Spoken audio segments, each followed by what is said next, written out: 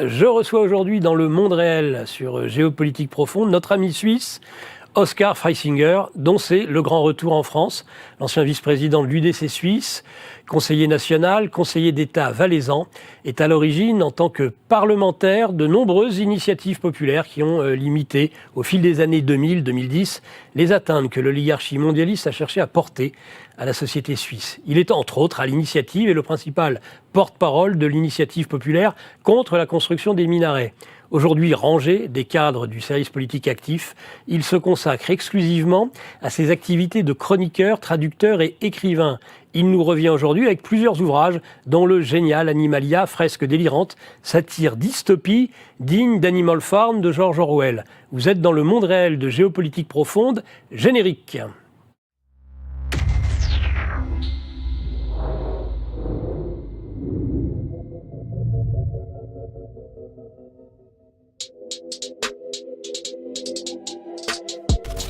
Nous sommes en guerre.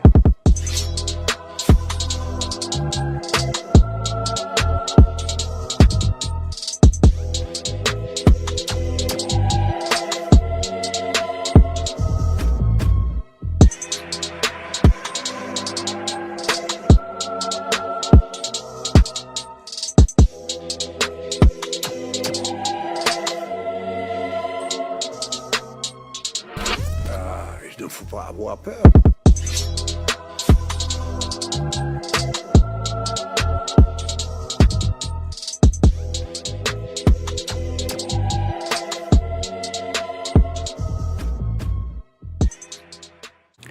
Eh bien voilà, vous êtes dans le monde réel sur Géopolitique Profonde.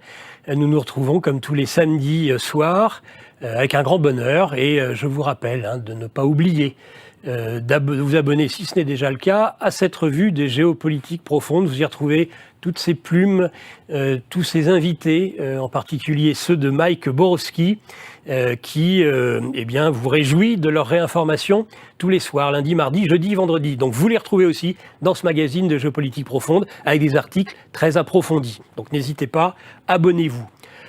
Oskar Freisinger, bonjour. Bonjour. Et bienvenue dans ce monde réel de Géopolitique Profonde. On est particulièrement content de vous retrouver. Vous êtes sur une tournée, vos origines sont suisses, et indéniablement, mais vous nous faites l'honneur d'être, durant cette semaine, toute petite quinzaine, en région parisienne, à Paris même. Et donc nous avons eu cette chance de pouvoir vous enregistrer aujourd'hui. On a regardé ensemble, Oskar, ce générique. Il en ressort deux voix particulières, évidemment, Emmanuel Macron, nous sommes en guerre, et celui qui est présenté par certains médias comme son mentor, Schwab, il ne faut pas avoir peur. Eh bien moi, je trouve qu'il y a, c'est un peu, on planche, chaque invité planche au début sur ce questionnement, une sorte de double injonction contradictoire, de double bind, de Gregory Bateson. C'est-à-dire, nous sommes en guerre, mais en même temps, les gars, c'est pas grave, il faut pas avoir peur. Est-ce que vous ne croyez pas que le monde médiatique, à défaut du monde réel, est structuré un peu selon cette terrible envie de faire peur, on le sent, et de nous mettre dans une double injonction contradictoire? Disons que si je me penche d'abord sur la phrase d'Emmanuel Macron, là, il dit « nous sommes en guerre » quand il s'adresse aux Français. Dès le moment où il décide de permettre aux Ukrainiens d'envoyer des missiles Scalp un peu plus loin dans le territoire russe, il dit « ah non, mais là nous ne sommes pas en guerre ». C'est quoi sa vérité? Donc, je crois qu'il a une vérité pour chaque public. Elle est évidemment modulable, elle est applicable aux besoins du moment. Donc, ça veut dire c'est la mort de la vérité. Donc, ce gars-là, quand il parle, la vérité, c'est le dernier de ses soucis. Donc, quand on n'est pas en guerre, on l'est. Oui. Et quand on est en train de l'être et de plein pied, on ne le serait pas. Voilà. Et alors, face à ça, puisque les mots ne veulent plus rien dire, dès le moment où vous dites tout et son contraire et que tout est vrai, ça dépend de la situation. Alors vous avez le bon docteur Schwab, un fol amour des temps modernes, qui, dans son accent inimitable, nous dit Ah, n'ayez pas peur, n'ayez pas peur. C'est comme Hitler quand, avant la Deuxième Guerre mondiale, en fait, aucun politicien, c'est statistique, n'a parlé autant de paix qu'Adolf Hitler. Donc c'est toujours la même chose. Les schémas se répètent. Il n'y a rien de nouveau sous le soleil. C'est simplement de nos jours, c'est démultiplié par les médias, parce qu'il y a évidemment des moyens techniques qui sont. Heureusement qu'Adolf ne disposait pas des moyens techniques actuels, hein, parce que lui, c'était encore du noir-blanc à la lignée Riefenstahl, mais avant vous le imaginez. nucléaire, avant le nucléaire. Ah ouais. Est-ce qu'une des raisons de cela, si tout recommence, c'est qu'on ne tire pas en fait réellement les leçons de l'histoire et que contrairement à ce qu'on nous dit, avec ce devoir de mémoire, il y a un lessivage de l'histoire, il y a un révisionnisme historique de ceux-là même qui dénoncent le révisionnisme historique de leurs adversaires. Mais ils sont victimes de leur propre démarche de wokisme. Donc si vous allez corriger de manière politiquement correcte le passé. Par exemple, vous dites, voilà, il y a la fête aujourd'hui, le débarquement de Normandie, les Russes ne sont pas invités. C'est les Américains qui ont sauvé l'Europe. Ah, pardon, attendez, si les 150 divisions qui sont saignées à blanc sur le front russe, ils avaient été sur le mur de l'Atlantique, je peux vous dire, il n'y a pas un soldat qui débarquait. Donc, faut quand même être honnête. Si vous montez sur le passé, eh ben, il va vous rattraper dans l'avenir, c'est inévitable. Donc, d'ailleurs, j'en parle dans le bouquin. Il y a là, Animalia, voilà. Mais oui, mais c'est marrant parce que aux éditions Selena. J'avais justement choisi une scène. C'est il y a des migales qui tissent. Oui. Qui tissent. Oui, c'est un peu le réseau de la toile, de la toile d'Internet. Et puis là, il parle justement de la mémoire. Bon, il faut juste que je retrouve le passage. Avec ces fameuses migales, qui déplorent qu'on leur. Mais je vois que je m'embrouille un peu dans mes papiers, donc où en fait la migale, elle dit, voilà, non, c'était pas là. Bon, bref, la migale qui tisse le fil de l'histoire dit, mais ce n'est pas en mentant sur le passé qu'on va faire dire la vérité à l'avenir. Donc, au fond, ces mensonges, ou par omission même, nous rattraperons un jour dans l'avenir, c'est certain. Donc, on peut pas tricher là-dessus.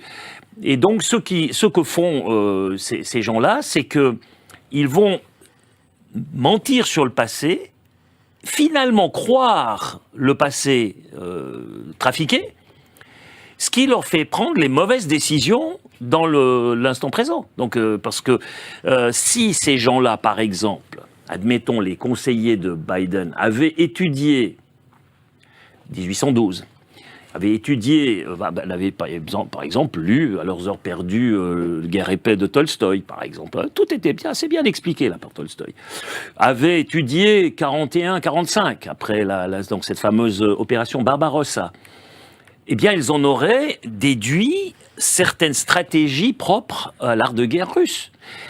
Et ils auraient compris peut-être la difficulté de la tâche et en tous les cas compris qu'ils n'avaient plus affaire à l'Irak, à la Libye, à un de ces pays où effectivement ils ont une telle supériorité technologique que dans ces guerres asymétriques-là, dans une confrontation directe, évidemment, c'est facile d'écraser les adversaires qui, eux, sont encore avec des kalachnikovs. Donc le déséquilibre est total. Mais là, nous sommes face à une puissance et une capacité des Russes de monter en puissance en très peu de temps. C'est ce qui a perdu Hitler. D'abord, il était irrésistible. Juste devant Moscou, il fait quelque chose comme 2 millions de prisonniers. On se dit, l'armée russe est foutue. Staline, d'ailleurs, ses généraux décrivent planqués sous la table de peur. Il tremblait. Il était sûr que c'était foutu. Et ensuite, l'âme russe se réveille.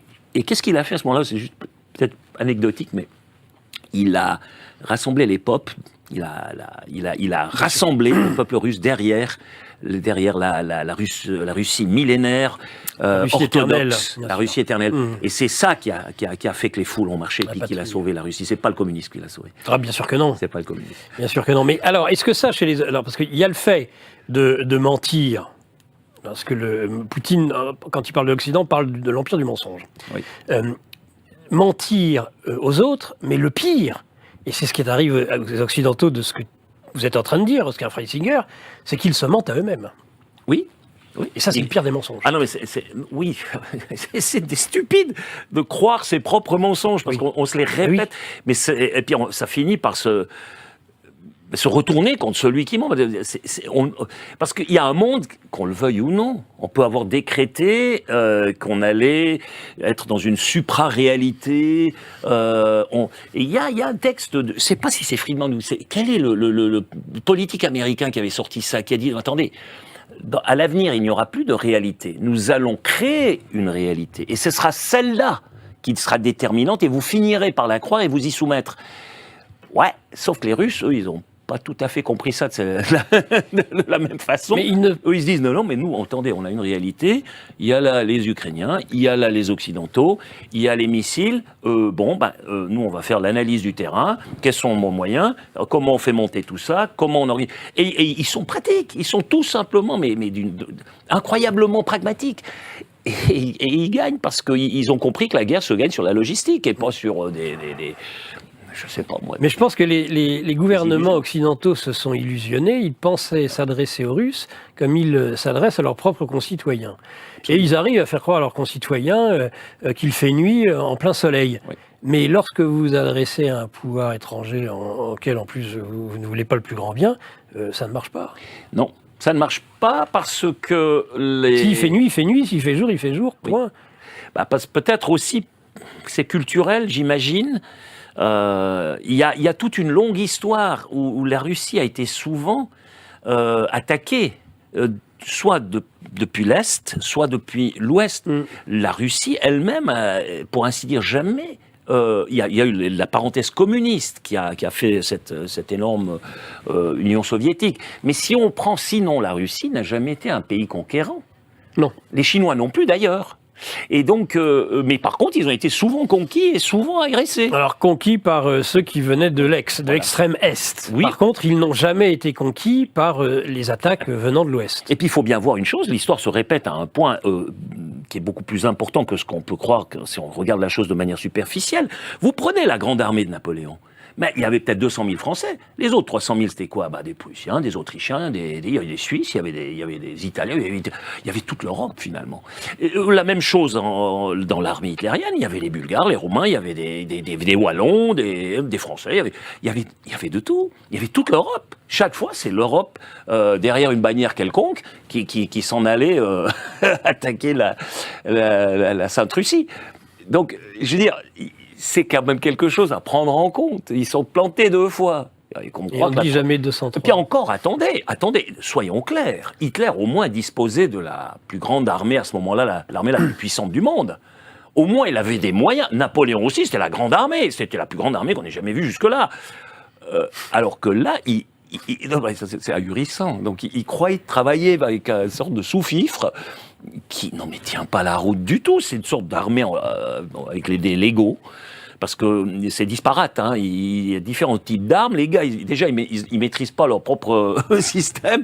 Ils doivent leur apprendre à maîtriser une multiplicité de différents calibres. Non, mais c'est pas gagnable du point de vue logistique. Ouais, ils ont un certain courage, ces Ukrainiens. Moi, je leur reconnais ce courage.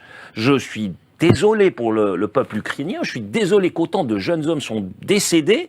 Parce qu'un certain Boris Johnson, à un moment donné, c'était il y a 2 ans, il se déplace à Istanbul, ou bien à Kiev, où il a rencontré en tous les cas Zelensky, et il lui a dit non, pas question, faut signer un accord avec les Russes, alors que déjà les négociateurs avaient signé un accord, disons, d'intention. Et que le reste n'était plus que de régler des détails. Donc, et ça aurait été une paix qui aurait été beaucoup plus favorable à l'Ukraine que ce qui lui pend au nez maintenant, parce que les Russes, maintenant, ils disent, attendez, franchement, ça fait 2 ans que vous nous emmerdez, la facture, elle monte, et puis plus ça va durer, plus la facture sera élevée. Enfin, il faut quand même qu'on retrouve un peu nos billes, quoi, là-dedans. Non, mais c'est tellement bête. Oscar, je veux revenir une dernière fois sur la double injonction. Cette sorte de gouvernement par la peur, parce qu'on crée une pression, on génère même un risque de dissociation de la personnalité, de schizophrénie. Quand on dit aux gens à la fois, vous allez vous faire trouer la peau, vous allez y aller à la guerre, mais en même temps, n'ayez pas peur. Oui.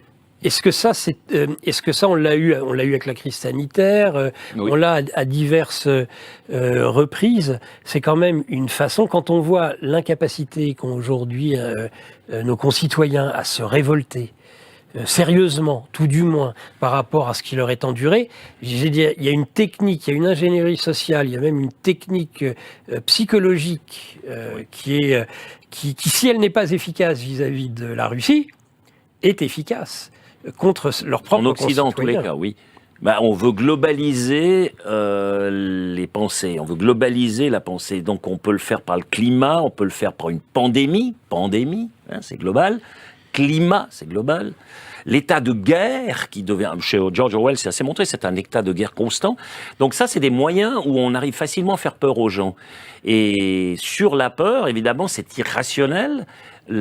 Ça bouffe un peu le cerveau. Donc c'est comme si vous avez un texte devant vous, le texte ici est plus difficilement manipulateur qu'une image médiatique. Pourquoi ? Parce que ce texte va réveiller chez le lecteur son propre centre de résistance possible, c'est-à-dire qu'il va lire attentivement, puis son logos à lui va se dire « Attends, est-ce que c'est logique ce qui est dit là ? Non, ça c'est faux. Est-ce que ça lui peut permet revenir de en réfléchir. arrière. Il peut revenir en arrière, il peut feuilleter, il peut... Voilà. Face à l'image liée à une musique, une mise en scène, etc., on est pris dans une émotion, c'est cette dérive émotionnelle, et le cerveau se déclenche. Moi, il m'est arrivé de pleurer en regardant un film profondément idiot. Mais j'ai pleuré. Il touche mes émotions. Puis je sais que c'est idiot et je pleure. Non mais c'est le paradoxe, c'est terrifiant, donc c'est extrêmement puissant et c'est utilisé à haute dose.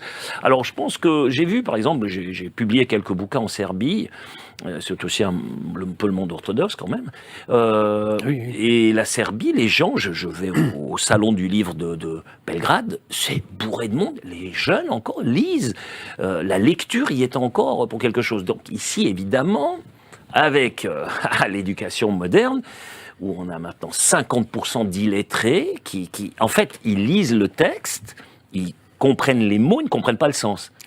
Alors, évidemment que même le livre, à un certain moment, ne sert à plus rien.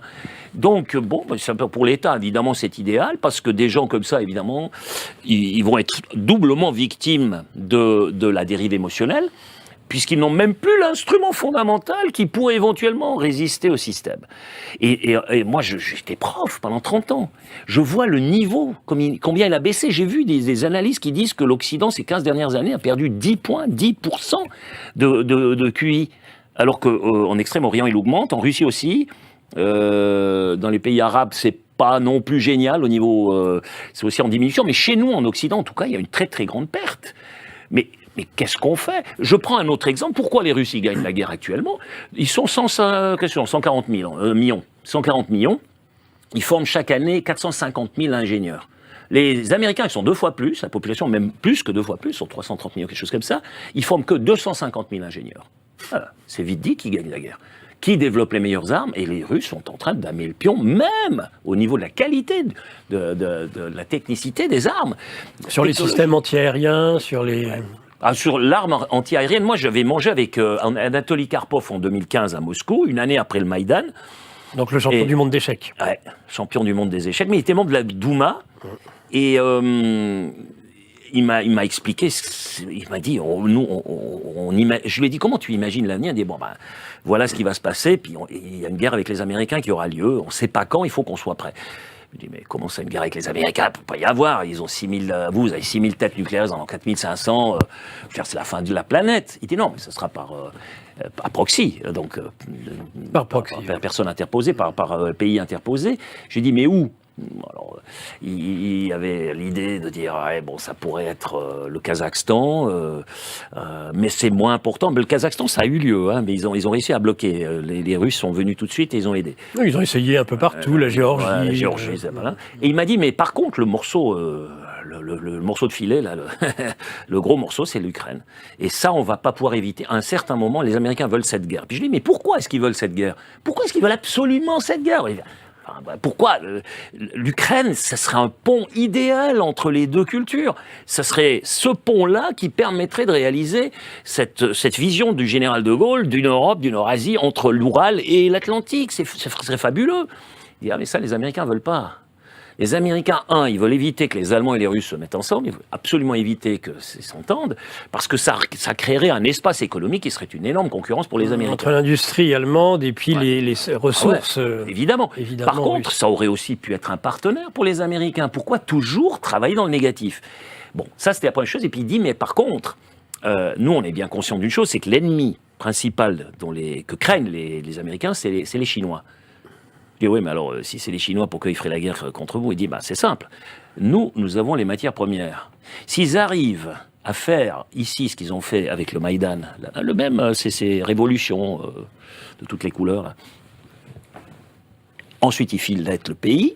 Ils accèdent, ils mettent dans chaque petit pays ainsi constitué des pantins qui leur sont obéissants, des oligarques, comme ils avaient fait sous Yeltsin. Donc on reviendrait à l'époque Yeltsin, mais alors là on démembrerait carrément le pays. Ça, ils regrettent de ne pas l'avoir fait en 2000. Avant 2000, avant 2000. Ouais, en 89, 92, par là autour. Quoi. Ils regrettent de ne pas l'avoir fait à ce moment-là. Et là, ils ont accès aux matières premières et ils peuvent s'attaquer à la Chine. Et le calcul, il a lamentablement échoué. Ils croyaient que la Russie, en 3 mois, elle serait à genoux au niveau économique. Mais je savais, ils ont cru que ayant mangé avec Karpov 8 ans avant, que les Russes allaient se préparer à ça. Et il m'avait dit, au niveau militaire, il y a des domaines qui sont relativement bon marché et où on peut remettre en question très très fortement l'hégémonie d'en face. Et je dis, mais c'est quoi ? Et il m'avait dit à ce moment-là, c'est l'arme anti-aérienne. Et ils ont développé les S-300, les S-400 depuis, et maintenant ils sont au S-500. Et c'est monstrueux comme arme anti-aérienne. Les Américains n'ont rien de comparable. Et ils ont testé ça, la guerre de Syrie. C'est pour ça que les Américains, ils n'ont pas envoyé les avions, ils n'ont pas refait le coup qu'ils avaient fait en Irak ou en Libye, parce que les avions, ils étaient abattus. Ils auraient été abattus.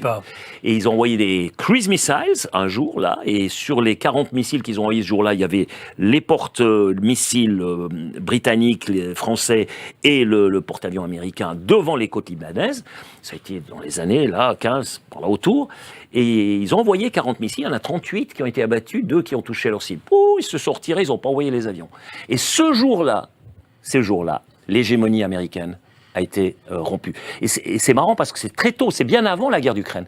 Ce jour-là, cette maîtrise absolue des airs qui garantissait la domination absolue des Américains, c'est terminé. Et depuis, on a vu ensuite le résultat maintenant en Ukraine. Donc c'est clair et net.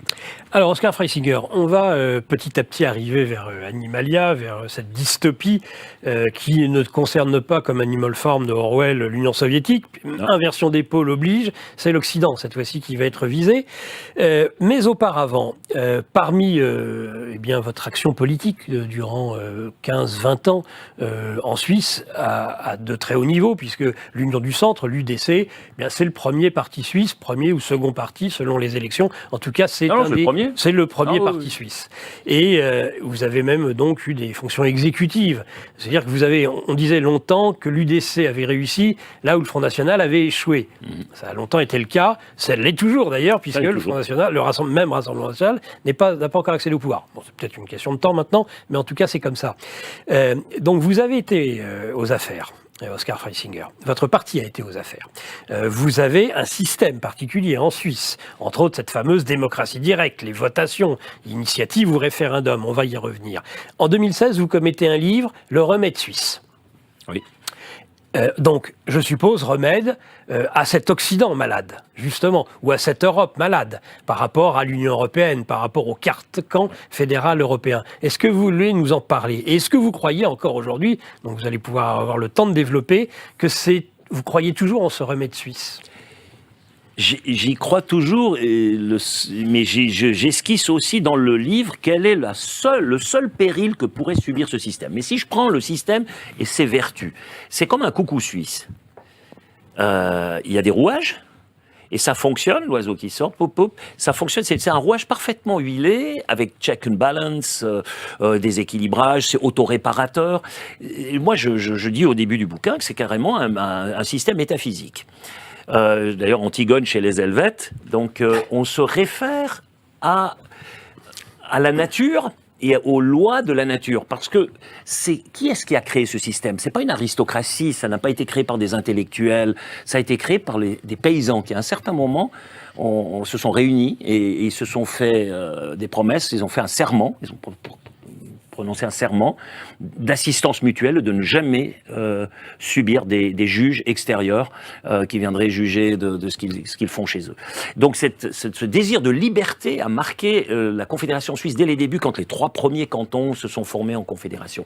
Puis ensuite, d'autres cantons s'y sont joints. La Suisse a vécu plusieurs mutations. C'est un long processus historique qui passe par 1815 avec le congrès de Vienne, où les Russes ont été très actifs pour créer cette Suisse neutre, pour éviter qu'il y ait trop de contact entre les puissances européennes et qui continuent à se taper sur la tête. Là, la Russie a joué un rôle essentiel. Dans les années 1830, il y a une grande famine en Suisse, parce que au 19e siècle, la Suisse était le pays le plus pauvre d'Europe. Eh ben. Il y avait de la famine. Les gens devaient s'exiler aux États-Unis, en Amérique du Sud. J'imagine pas ça aujourd'hui. C'est incroyable, c'était le cas. Et le tsar Alexandre II, je crois que c'était, il a donné, ça ferait maintenant des milliards, il a donné 1 million de roubles or à la Suisse. Il a fait ce don pour que cette famine n'ait pas des conséquences trop graves. Donc, nous, Suisses, la Russie, on peut pas tellement dire du mal. Mais la France, ça devrait être pareil. Oui, elle a été déterminante. Après, alors, il y a cette parenthèse soviétique, mais moi, je dis que c'est pas issu de l'âme russe. Ça a été greffé de l'extérieur. Lénine, il est arrivé en wagon plombé, ça a été imposé, c'est comme une greffe, une sorte de virus qui a été greffé là-dedans, qui a été amené de l'extérieur.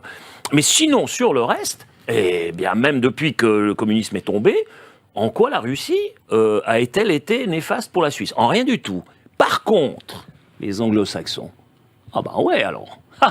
Alors eux, ils ont essayé de détruire la place financière suisse à plusieurs reprises. Et chaque fois, c'est des menaces. Chaque fois, c'est du chantage. Et nous avons malheureusement des dirigeants qui sont parfois lâches et qui cèdent.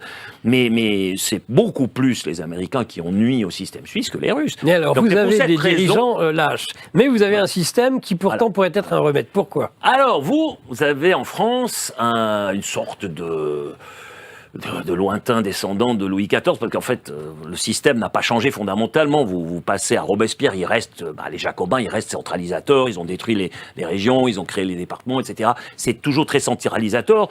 Le système de la Ve République, c'est cette présidence forte, etc. Au fond, on est toujours à Versailles. On est toujours avec Louis XIV, quelque part. Alors, quand il tout saute, le champion en haut, ça se ressent ça se répercute sur tout le système, automatiquement, parce qu'il a un énorme pouvoir. Et le problème, c'est que De Gaulle, lui, il a imaginé la Ve République, c'est comme les poupées russes, un système par un géant fait pour les géants. Il a cru peut-être qu'il y avait une génération de géants qui allait suivre, puis après, la poupée, vous comprenez, vous savez, les poupées russes. Il y a chaque fois une poupée qui est plus petite. Là, vous arrivez Flamby, vous vous dites, là, on a atteint le fond, là, c'est la poupée la plus... Non, il y en a encore une. Et puis Dieu sait ce qui va venir encore. Donc, voilà. Donc, le système est inadapté au caractère des gens qui sont censés l'incarner. Prenons la Suisse. La Suisse... D'abord, elle n'a pas connu d'aristocratie, etc. Donc ça, c'est déjà bien. C'est donc issu de la volonté du peuple, ce désir de liberté. Et très vite, le Suisse, il comprend une chose. Il dit, il ne faut pas qu'il y ait de concentration de pouvoir, là, parce que nous, le peuple, nous sommes souverains. C'est nous qui avons le dernier mot. Et s'il y a trop de pouvoir dans les sphères supérieures, ça va se retourner contre nous, parce que c'est toujours le petit qui paye la facture. Ils ont observé un peu comment ce qui se passe dans les équilibres de la nature et tout ça, puis ils ont appliqué ces principes à leur système politique. Ce qui fait que les personnes importent peu dans le système suisse. Vous pouvez avoir 7 nains, d'ailleurs, généralement quand le Parlement élit un conseil fédéral, on va élire le plus consensuel, celui qui a le moins les dents longues, celui qui va surtout pas faire de grandes perturbations. Pourquoi ? Parce que, au fond, les décisions se prennent ailleurs et différemment. Alors on a 7 petits nains, le pays c'est Blanche-Neige, et ça fonctionne très bien. Oui, et puis plus les nains sont petits, plus mieux ça fonctionne. Finalement, au fond, on pourrait dire, moins le gouvernement suisse agit et plus le pays se porte bien. Pourquoi ? Parce que c'est le système qui est bon. C'est pas les individus qui vont faire la qualité du système. Et si quelqu'un est trop dominant, il est éliminé. Il était éliminé. Même mon parti avait un gars qui s'appelait Bleucher. Bon, voilà, on l'a éliminé, ça c'est sûr. Donc, d'ailleurs, moi, dans le gouvernement, on avait raison de l'éliminer aussi. Donc, dès que vous avez quelqu'un qui a peu de trop grande charisme, gueule et puis qui est trop critique, etc. Le système est auto-régulateur et ça fonctionne comme ça. Mais par contre, c'est un rouage qui est parfaitement huilé, avec des équilibres entre la périphérie et le centre. Tout est savamment orchestré pour que, quand il y a une crise, quelque part, sans grande tralala, sans de grosses manifestations, sans révolution, ça se corrige. On a créé des instruments institutionnels qui donnent le pouvoir au peuple d'imposer un veto quand ils veulent. C'est soit le référendum. Donc, quand le Parlement suisse se réunit, il fait attention. Il doit essayer de trouver déjà là un consensus, parce qu'il sait que si une partie elle a été trop désavantagée, elle va saisir le référendum derrière. Et là, c'est le peuple qui décide. Et s'ils ont trop déséquilibré la chose, le peuple va dire non. Et donc, ils doivent toujours veiller à s'en ranger et ne pas être trop excessifs dans ce qu'ils font. Ensuite, il y a ce pouvoir de proposition même du peuple qui peut proposer un changement constitutionnel. J'ai été très impliqué dans plusieurs de ces initiatives populaires. Certaines, on les a gagnées, comme celle sur les minarets, celle sur la marche blanche, pour que les pédophiles ne puissent plus travailler avec des enfants, puis pour que les actes pédophiles soient imprescriptibles, etc. Gagner devant le peuple, contre toute la politique, etc., les politiciens. Donc, en Suisse, le peuple est réellement souverain, il a le dernier mot. Et les politiques sont obligés de prendre cela en compte, sinon on serait déjà depuis longtemps membre de l'Union l'Union européenne. Surtout en matière constitutionnelle, par exemple. Ouais. Alors qu'on voit qu'en France, la Constitution est changée tous les 4 matins, mais on ne demande jamais son avis au peuple. Non, mais c'est absolument incroyable. Et puis alors moi, ce qui me choque le plus en tant que Suisse, quand j'observe la France de l'extérieur avec le regard, si on veut, des lettres persanes, là, comme Montesquieu, quand je regarde ça de l'extérieur, je dis, attendez, c'est quoi ce 49.3 là? Non, mais c'est pas possible, vous pouvez pas faire ça. Je veux dire, un gouvernement qui dirige par décret et le Parlement n'est qu'une caisse d'enregistrement, c'est tout. Donc c'est absolument contraire à l'esprit même de la Révolution française, à l'esprit même c'est, si on veut, la Constitution américaine qui avait été le premier texte imprimé. Disons, l'Occident moderne est parti sur la séparation des pouvoirs. C'était l'élément essentiel. Mais là, la séparation des pouvoirs actuellement entre les juges, la justice, regardez bien le rôle qu'elle commence à jouer. Le législateur qui ne fait plus des lois précises pour régler des problèmes précis, c'est des lois d'injonction floues, subjectives, qu'on peut ensuite utiliser selon les besoins. Et c'est l'interprète de la loi qui va déterminer la teneur. Parce que le texte ne veut plus rien dire. C'est fabuleux ce qu'ils sont en train de faire là. Alexis de Tocqueville le dit déjà de la démocratie en Amérique. Donc on a ce danger. Alors quel est le danger pour le système suisse? Parce qu'il est bien, il fonctionne bien. Oui. Il est bien, les rouages sont bien huilés. Et pourtant, il y a des dérives. Alors la dérive, elle vient du simple fait, c'est si le peuple, à un certain moment, n'est plus à la hauteur de jouer son rôle de souverain, et ça a toujours été comme ça, quand le souverain n'est pas à la hauteur de son rôle de souverain, et ça a été le cas pour Louis XVI, je suis désolé, puis pour le tsar Alexandre, par exemple, eh bien, il tombe. Quel que soit le système. Quel qu'il soit le système. Alors, le peuple souverain, tant qu'il a cet esprit critique, qu'il a la connaissance, l'implication, qu'il a toutes ces qualités d'être le souverain, d'être à la hauteur du pouvoir qui lui est conféré, le système va tenir. Le système suisse est comme ça, pyramidal, il n'y a qu'une menace, c'est qu'il s'effondre sur lui-même parce que la base, le souverain, n'est plus à la hauteur. Et il n'y a pas d'autre danger. De l'extérieur, il ne peut pas y avoir de danger. Alors, l'autre élément, dernier élément, peut-être avant de passer à Animalia, Oscar Freisinger, c'est, vous entendez ceux qui vont vous objecter, oui, un remède, mais ce qui fonctionne en Suisse, un petit pays, ça ne peut pas fonctionner en France. Déjà, comme vous le disiez, parce qu'il y a cette tradition centralisatrice, cette culture jacobine de l'État français, alors que vous avez un État fédéral en Suisse. Et ça, est-ce que c'est déjà pas une raison qui fait que ce remède suisse, il n'est pas applicable à la France?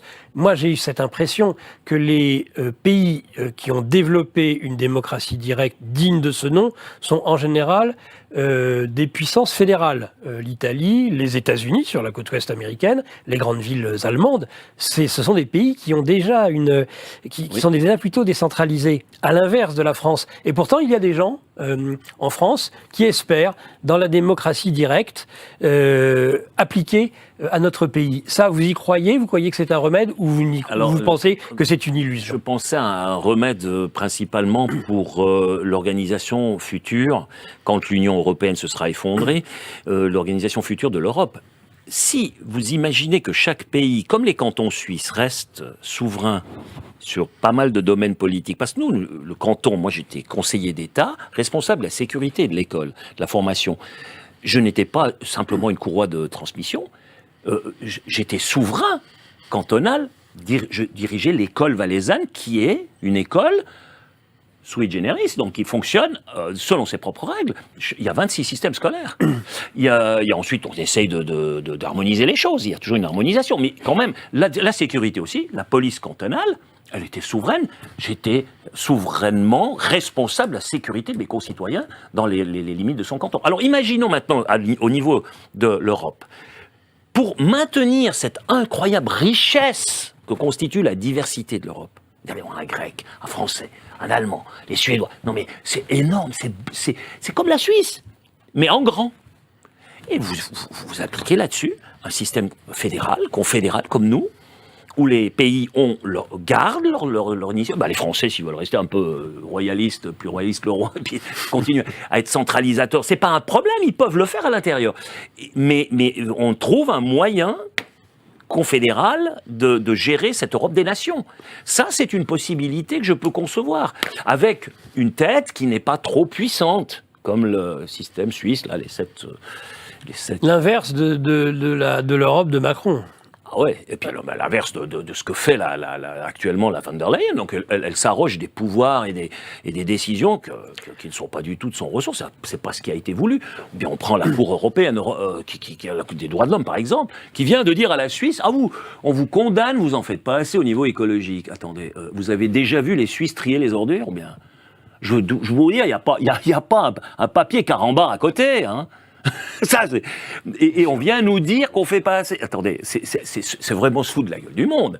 Donc, là, je suis fier de mon pays. Que vient de faire le Conseil des États, c'est un peu le Sénat chez nous, il a renvoyé une lettre en disant « Ouais, on a pris acte, c'est bon, mais on fera quand même comme on veut. » Ah, j'adore. Non, mais j'adore. Ah, mais c'est beau.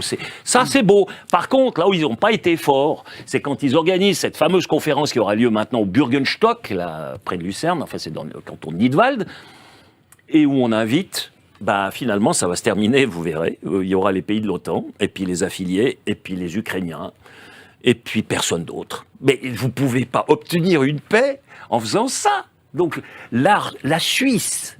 Ça, c'est une des forces vers l'extérieur. Elle avait cette neutralité internationalement reconnue. Et là, j'en veux... de la diplomatie. Ouais, là, j'en veux à notre gouvernement. C'est pour ça que je préfère quand le gouvernement suisse ne fait rien, donc les plus efficaces. On a sacrifié ça, soit parce qu'au niveau des sanctions, il a fallu qu'on soit champion du monde. Je crois qu'on est deuxième derrière les Anglais dans les sanctions. Et puis, et ensuite, on a le tapis rouge pour Zelensky, etc. On a financé... au début, on a financé pour 1,9 milliard quand même les Ukrainiens, mais là de nouveau, je suis de nouveau heureux parce qu'on revient un peu. Dernièrement, il n'y a pas longtemps, il y a 2-3 jours, le Conseil des États aussi a refusé le nouveau paquet de 5 milliards d'aide à l'Ukraine en disant non, on ne peut pas faire ça. On ne peut pas faire ça, d'autant plus avec la corruption qui commence à ressortir. On voit que les défenses au nord de Kharkov, c'est transformé en villa pour la femme à Zelensky quelque part dans le sud. Donc on a bien compris comment ça fonctionne. Mais donc, que les Suisses aient abandonné leur neutralité, qui est la plus grande protection possible, les missiles tombent pas sur les pays neutres. La Finlande est bête. Elle aurait jamais dû faire ce qu'elle a fait. Elle était beaucoup mieux protégée. Maintenant, ils ont l'angoisse. Maintenant, ils doivent eux-mêmes réarmer, mettre des missiles sur leur territoire. Ah ouais, mais là, ça devient un pays qui est menacé. C'est quand ils étaient neutres. Ils avaient de très bonnes relations commerciales. Mais on l'avait vu même pendant la Deuxième Guerre mondiale, l'Allemagne hitlérienne n'est pas venue s'occuper des Suisses, simplement parce qu'ils étaient neutres. Mais donc oui, c'est un avantage. Bon, aussi, il y a certains qui disent qu'on n'attaque pas son propre compte en banque. Non, c'est aussi possible. Mais bon, je veux dire, il y a aussi cet élément, je veux dire, qui a joué. Et puis ensuite, l'armée suisse. L'armée suisse, mine de rien, ils avaient un excellent fusil individuel. On a une grande tradition du tir dans le pays. C'était 350 000 tireurs d'élite qui attendaient derrière les bosquets. Donc ils ont fait le calcul. Bénéfice-perte, ils se sont dit non, on va pas venir emmerder ceux-là. Ça aurait été une guerre asymétrique, je pense, plutôt. Oui. Il y avait le réduit alpin et tout ça, c'était prévu. Mais bien sûr qu'ils auraient vaincu la Suisse. Mais ça leur aurait coûté quelques divisions. Et donc, à ce moment-là, ce qui nous a sauvés, c'est qu'Hitler, il a eu la bonne idée d'aller attaquer... Enfin, la bonne idée. On est d'accord, c'est ironique. D'attaquer la Russie, opération Barbarossa en 41, alors qu'ils avaient déjà planifié l'attaque de la Suisse, quand même. Il y avait des plans. Mais ça nous a sauvés, parce qu'après, il était bien occupé ailleurs, c'est bon, on a pu s'en sortir. Mais si je reviens à la neutralité, donc, on l'a sacrifiée, et on a mis en péril la sécurité du pays à travers ça. Alors maintenant, on s'acoquine avec l'OTAN, etc. Et puis on organise des conférences de paix qui ne sont... Mais c'est une stupidité. Elles n'ont aucune chance d'aboutir à quoi que ce soit. Et puis ensuite, parce qu'on était un peu mal, alors on dit aux Russes, écoutez, vous pouvez venir le dernier jour. Comme vous savez, le condamné, le dernier jour, on va lui annoncer son verdict. Non mais, je comprends la réaction à Lavrov, il dit, attendez, c'est bon, je suis quand même pas tombé de la dernière pluie. C'est aussi, rien n'est parfait. Je veux dire, la Suisse n'est pas parfaite. Je voudrais pas ici donner l'image d'un pays qui est absolument parfait. On a nos problèmes. Mais par contre, on a un mécanisme qu'on a copié sur les fonctionnements de la nature, sur les lois de la nature et ces cercles qui se complètent, et on a réussi à transposer ça dans le domaine politique, et on pratique, parce que si on détruit les équilibres de la nature, et là les écologistes sont très sensibles à ça, ils ont raison sur ce point, eh bien, ça donne une catastrophe. Il y a des sécheresses, il y a des... C'est ce qui arrive avec Animalia, absolument. Exactement. Avant d'en arriver à Animalia, peut-être une dernière question. Comment trancheriez-vous, vous nous parlez d'éventuellement d'une Europe confédérale, en tout cas avec le système suisse pour l'administrer, le réguler. Comment arbitrez-vous entre ceux aujourd'hui souverainistes qui considèrent qu'il faut aller jusqu'au Frexit, c'est-à-dire qu'on ne peut pas actuellement réformer le machin européen tel qu'il est aujourd'hui, ou bien est-ce que vous considérez qu'il est encore possible, et donc il faut d'abord, pour en arriver même à une autre Europe, de détruire ce qui existe aujourd'hui, ou bien peut-on le réformer de l'intérieur comme le pensent d'autres? Quel est votre arbitrage? Dans le système actuel, il y a tellement de rentes de situation, il n'est pas réformable. Il n'est pas réformable. Mais non. Donc il faut mettre à bas. À un certain moment, il y a un mur, quand vous voyez qu'il est trop vermoulu, vous en construisez un nouveau. Donc ça sert à rien. Ça sert à rien d'essayer de récupérer les vieilles briques. Là. C'est important ce que vous dites, parce que vous étiez classé il y a une vingtaine d'années plutôt comme un conservateur libéral. Oui. Des gens dont on dit, oui, ils veulent réformer le système, ils sont pour une confédération. Non, le système européen, là, actuellement, non. Plus on avance, plus je me dis que c'est pas réformable. En l'état, non. Mais il y a deux solutions possibles. Alors, soit une solution politique, soit une solution économique. Là, moi, ce que j'ai esquissé avant, c'est éventuellement, mais elle est plus difficile, mais ça serait cette Europe des nations, une Europe confédérale, on peut l'imaginer. Ou alors, on revient à ce qui était le début de l'Europe, c'est-à-dire on revient à ces accords de libre-échange. C'est comme il y avait l'AELE, l'Association européenne de libre-échange, où il y avait l'Islande, la Norvège, la Suisse, qui c'est qui est encore avec eux? On était, je crois, la Grande-Bretagne, etc. Alors, la base de l'Europe, c'était l'Europe des nations politiquement indépendantes, mais qui ont des accords de libre-échange, etc., et qui, du point de vue économique, sont ouverts les uns par rapport aux autres. C'était un peu l'idée de base, c'est de là qu'est partie ensuite l'Europe, avant qu'elle devienne politique. Mais il y a les deux solutions. Soit on revient un pas en arrière vers une Europe où les rapports économiques, de libre-échange, etc. se font, puis ensuite, avec le monde entier, c'est multilatéral. Ou alors, on va plus loin, de manière plus ambitieuse, mais peut-être dans un deuxième pas, et alors on arriverait à quelque chose de confédéral, je ne sais pas. Mais pour l'instant, il y a un péril énorme sur l'Europe, sur l'Union européenne, parce que nous avons maintenant, ma foi, été les laquais des anglo-saxons, qui ne regardent toujours que pour eux. Il ne faut pas croire que les Américains ils travaillent pour les beaux yeux de qui que ce soit. Ils font jamais rien gratuitement. Et ils sont en train de se payer sur la bête. Et c'est nous qui faisons le service après-vente de la politique américaine. Ça c'est pas bon. Hein. C'est pas bon. L'Europe, là, elle est en train d'échouer lamentablement. Et c'est nous qui allons être dans la mouise. Les Ukrainiens, c'est les plus grands perdants, à mon avis. Et les deuxièmes derrière, ce sera l'Europe. L'Europe de l'Ouest. Ah, mais garanti. Garanti. Bon, on a déjà fait un premier tour. Oscar Freisinger, itinéraire d'un homme libre, d'autant plus libre que vous êtes un peu mis en recul maintenant de la politique partisane, tout du moins, ce qui ne vous empêche pas de commenter l'actualité. Ah, mais alors je suis ça toujours de très près, j'ai toujours des rubriques, je suis éditorialiste dans différentes publications, ce qui me permet justement aussi et qui m'oblige à continuer à suivre ça de très très près. Tous les jours, ça m'intéresse. C'est quand même, c'est fascinant ce qui se passe. Et on vit une époque qui est, elle peut faire peur, mais elle est aussi fascinante en même temps. Hein. Donc c'est une époque de chamboulement, de grands déplacements, de pouvoir.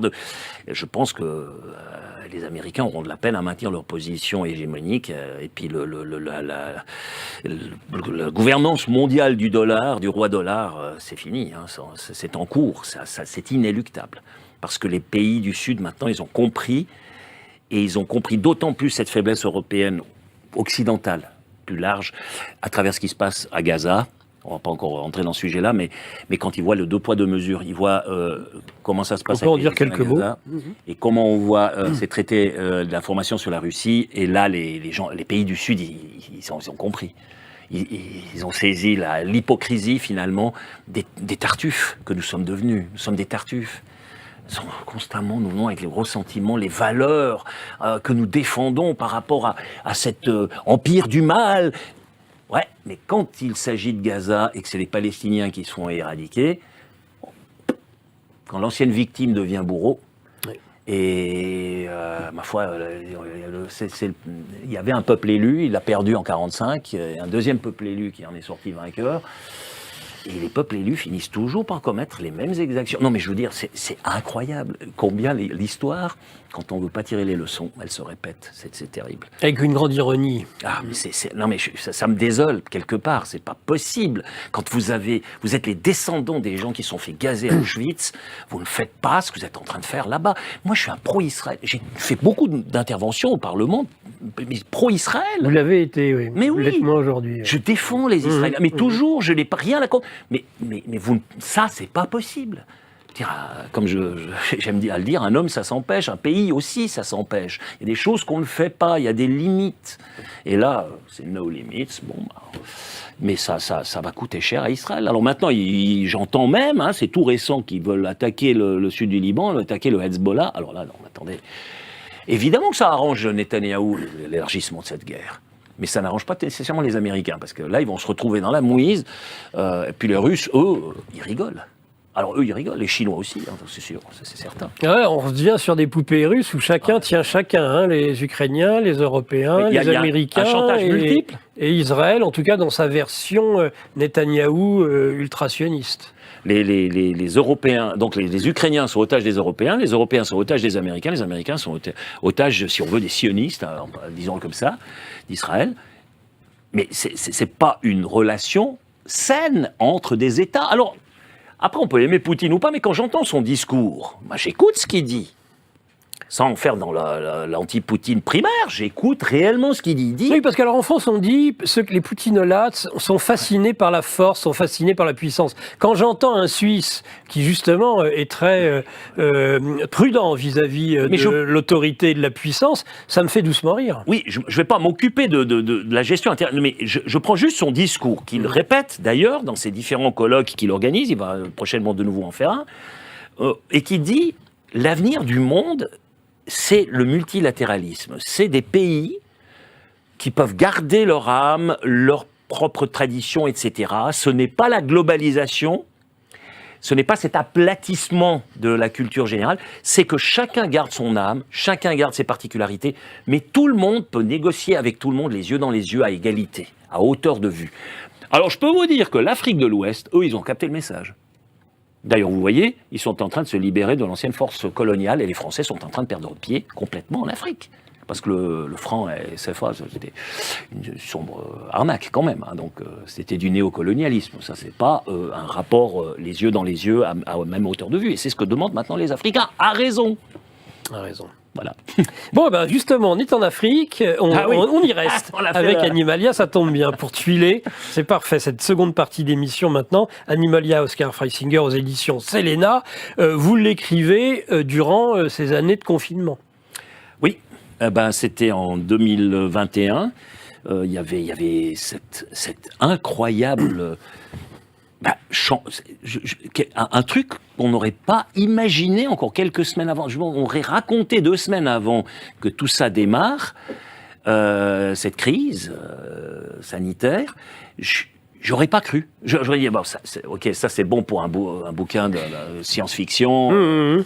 On peut en faire voilà, mais ça peut pas arriver, c'est pas possible. Ah si, donc, tout à coup, tous les matins, je me réveillais, mais c'est un cauchemar, je suis dans un mauvais rêve, là, c'est pas possible. Mais comment, et puis avec des gens qui ont quand même une intelligence, une capacité d'analyse, mais en leur faisant peur, avec une sorte de conjonction de différentes forces qui ont collaboré, avec énormément de gros profits à la clé derrière, on a réussi à mettre les gens dans des petites prisons individuelles, on les a confinés là-haut sur leur balcon. En Suisse, vous connaissez bien en plus l'industrie pharmaceutique, il y a beaucoup de... Ah ouais, alors ça... Et puis ces lobbies sont puissants. Hein. Alors, on l'a vu, hein, là, Pfizer, consort, Moderna. C'est incroyable, ils ont acheté les médias, ils ont acheté les politiques, ils ont réussi à... Et ça, alors, c'est la limite que je mets à mon libéralisme économique. Ouais. Il faut toujours que la politique garde la haute main. Et c'est pour cette raison que les pays, les États-nations, c'est encore des organisations, je dirais, sociales à dimension humaine. Dans le cadre de l'État-nation, il est encore possible de mettre des garde-fous à l'économie. Parce que moi, je ne crois pas que l'économie peut tout régler. Et il y a des limites. Alors, pourquoi ? Parce que si vous laissez l'économie faire, si vous la laissez aller, il y aura toujours, à la fin, le plus gros requin qui aura bouffé tous ses concurrents, puis vous avez un monopole. Donc ça ne marche pas. Donc il faut que l'État, par des lois, on a les lois anti-cartel. Oui, avec les États-Unis, c'était des lois antitrust. C'est ça, où le politique essaye de réguler pour que la libre concurrence reste et elle se maintienne. Et là, alors on peut dire qu'il y a une libre concurrence qui est favorable aux citoyens, favorable à l'économie en général, parce que si je suis en concurrence, je vais devoir être meilleur que l'adversaire, donc je vais devoir être plus novateur, et ça fait avancer les choses. Alors que s'il n'y a pas de concurrence, qu'il n'y a plus qu'un monopole, on voit par exemple le système d'exploitation que Bill Gates a réussi à imposer au monde. Je suis désolé, c'est pas le meilleur possible. Hein. Après, il a copié beaucoup chez Apple, mais à la base, c'était pas le meilleur possible. Mais parce qu'il avait le plus grand pouvoir, il a imposé ce système. Il y a d'autres systèmes qui existent. C'est pas simplement une vue de l'esprit. Qui sont qui sont beaucoup plus efficaces en plus. D'ailleurs, Apple est plus efficace. Moi, j'ai un Apple. Hein, mais non, Apple, après, on peut discuter et critiquer aussi, parce qu'il y a aussi des aspects à dire, mais sur la base, cette emprise par Microsoft, c'est pas bon. C'est pas bon, c'est trop gros pouvoir. Et la Suisse, c'est le pays où, justement, non. Te donne un petit pouvoir ici, un petit pouvoir là, un petit pouvoir là, mais personne n'a un gros morceau de pouvoir, parce que sinon, le bas peuple, il va le payer. D'ailleurs, dans tous les pays où vous avez la démocratie directe, comme la Suisse, en moyenne, et c'est Yvan Blot, que j'ai bien connu, vous connaissez aussi, avec qui j'étais lié, il avait écrit un bouquin sur les démocraties directes et il avait constaté que partout où vous avez ces mécanismes de la démocratie directe et où le peuple peut décider finalement de son porte-monnaie, les impôts, les taxes et tout ça étaient environ d'un tiers en dessous. Ah oui. Automatiquement. Donc c'est peut-être à rappeler à monsieur, comment il s'appelle ? Bruno Le Maire. Bruno Le Maire, parce que là, ce surendettement, c'est pas une bonne chose. Nous, on a en Suisse même le double frein aux dépenses. Hein. Oui. On essaye d'être très, très, très prudent. Alors, au niveau bancaire, on n'a pas tout fait juste.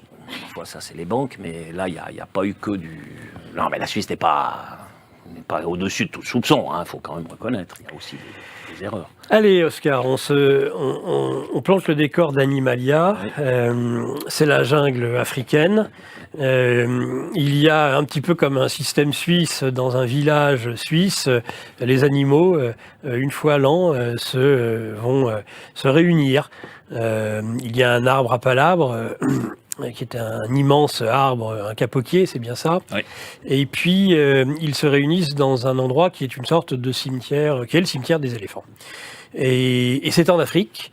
Et ils vont se réunir et avoir cette idée folle, telle que les hommes en ont eu en 1789, en 1968, ou aujourd'hui, avec le Great Reset, d'une grande recette et d'un grand changement, d'une révolution complète des lois de la nature et des lois de la jungle. C'est un peu, est-ce que vous pouvez développer un petit peu le thème principal d'Animalia, sachant que vous avez deux grandes parties, la dégénérescence, c'est-à-dire les conséquences de ce que vont être cette grande recette, The Great Reset, on joue sur les mots, évidemment. C'est bourré de rire et de truculence, Animalia. Et puis, régénérescence, comment des êtres cabossés par la vie vont entreprendre.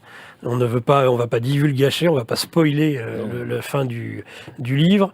Vont chercher à entreprendre de sauver la jungle et de revenir aux lois ancestrales. Oui, donc ça, vous voyez, c'est le singe lion qui dit « n'ayez pas peur ». Oui. Quand on voit la tête qu'il fait. Oui, c'est le fameux qui est avec le tam-tam. Parce que le tam-tam, c'est les médias. C'est la propagande médiatique. Donc, il y avait cette fameuse phrase de Joseph Borrell qui disait « l'Europe, l'Occident est un jardin et le reste du monde est une jungle ». Je suis parti de là. Ministre des Affaires étrangères, c'est ça? Oui, voilà. Alors, j'ai trouvé ça... Non, mais quel mépris. Alors d'ailleurs, le Sud global, comme on l'appelle, ils ont tous réagi en disant « mais c'est quoi, il se prend pour qui, machin, non mais c'est pas possible ». Alors, donc, je me suis dit « bon, alors essayons l'exercice ». Il y a là un grand programme qui est en train d'être appliqué. Ils se rencontrent à Davos toutes les années. C'est la grande messe du World Economic Forum. C'est ça un peu la Bible. Et il y a The Great Reset, la grande réinitialisation par von Klaus Schwab. Alors bon, et puis si on fait vers l'exercice. On prend la Bible, puis on va appliquer le Great Reset à la jungle africaine. On voit ce que ça a donné. Puisque le reste du monde est une jungle, on va essayer de le transformer en jardin. Ah ouais, le résultat, il est là, mais c'est pas tout à fait ce qu'on pensait. Donc, et ce capoquier, si je prends, parce que j'ai retrouvé le passage que je voulais vous lire avant sur la mémoire. Ah, sur les migales. Ouais, il s'appelle Octane, s'appelle Octane, la migale. Depuis la nuit des temps, notre espèce tisse le fil de l'histoire et veille à ce que rien ne se perde. Admirable persévérance, lui dit Buster. Hélas, notre travail est mis en péril par Procuste. Donc Procuste, bien sûr, le lit de Procuste, c'est le singe à crinière de lion. On va couper la jambe du client pour l'adapter au lit, mais pas adapter le lit et ça ne doit dépasser. Aucun nom que j'ai choisi n'est dû au hasard. Exactement. Bon. Qui exige que nous nous mettions en accord avec le registre central du grand capoquier. Le grand capoquier, il a séché, c'était l'arbre de vie à la base, il a séché. Et dans ce bois sec, on va inscrire tout ce qui se passe dans Animalia. C'est le grand ordinateur central, c'est ce capoquier, et puis vous avez là des singes qui sont faits pour faire ça. Et pourquoi ça? Mais parce qu'il veut corriger le passé, pour préserver le présent, afin de sauver l'avenir, et que selon lui, ce qui ne doit pas être ne peut avoir été. Ne peut pas, oui. C'est idiot, intervint Buster. Ce qui a été, l'a été une fois pour toutes, et l'aura été pour tous les temps, quoi qu'on fasse. C'est d'ailleurs une preuve de l'éternité. Il y a Robert Spemann, un philosophe allemand, qui en a fait une thèse, et il dit, ça c'est la preuve, quand Nietzsche il dit, nous croyons à Dieu parce que nous croyons dans la grammaire, c'est cette phrase-là, cela aura été. Le fait qu'on se rencontre ici maintenant, dans 1000 ans, dans 10 000 ans, dans 100 000 ans, la Terre peut disparaître. Dans les faits absolus, cela aura été. Rien ne pourra se changer. Vous ne pouvez plus changer, ça a été. Et alors eux, ils veulent, mais eux, ils croient qu'ils peuvent réécrire. Alors, eh bien, Procuste, lui, pense pouvoir éradiquer certains éléments du passé qu'il juge intolérables. depuis des mois, il envoie ces foutus volatiles couper un fil par-ci, un fil par-là. Ce faisant, ces irresponsables déstabilisent l'espace spatio-temporel en créant de regrettables trous de mémoire, car tout se tient et tout est relié dans la trame de la vie. En coupant ne serait-ce qu'un seul fil, on modifiait la totalité de la toile, puisque l'énorme structure de la mémoire ne tient justement qu'à un fil formé par le temps. Donc voilà, ça c'est la mémoire du monde, c'est ce qu'il faut préserver et pas commencer à les couper dedans. Parce qu'il y a tout qui commence à être déséquilibré. C'est la toile de l'Internet, donc il y a de la censure d'Internet. Bien sûr qu'il y a la toile d'Internet, oui, bien sûr. Bien sûr. Alors, ils vont profiter, évidemment, puisqu'il y a cette idée de changer les règles, de faire de l'animal autre chose qu'un animal, finalement, d'un certain nombre de circonstances assez proches de celles que vous avez connues quand vous avez écrit ce livre, et entre autres, une catastrophique peste jaunible qui est invisible et dont les effets tardent à se faire sentir, mais qui est redoutable pour la vie des espèces animales. Ah oui, alors, à peu près, c'est le fameux décompte, on décrète qu'ils meurent tous de la peste jaunible. C'est hilarant d'un côté, c'est un décompte macabre, mais qui doit apporter de l'eau sur le moulin, justement, de la pharmacanopée, j'ai réussi à trouver l'élément, et qui, elle, a le remède absolu, c'est les piqûres par les bourdons, les taons, etc., etc. Tout ce qui pique, tous les insectes, c'est le remède. Alors, les animaux, ils sont tous complètement boursouflés, mais c'est le remède. Donc, voilà. Et donc, évidemment que la nature va péricliter. Pourquoi ? Parce que lorsqu'on intervient dans les cycles naturels, et ça, C.S. Lewis l'avait dit dans The Abolition of Man, il disait, plus on croit maîtriser la vie, on croit maîtriser la nature par des éléments techniques, par des éléments mécaniques, très techniques, etc., plus on va en être l'esclave. On finit par être l'esclave des machines, mais aussi l'esclave de ce qu'on a déséquilibré dans la nature. Et ça va se retourner contre nous. Et il le prouve, l'essai est très très bien écrit, et c'est vraiment ça. Donc, les buveurs d'âme du mont Kibo, ils désaniment le monde pour créer une structure, une ingénierie sociale parfaite.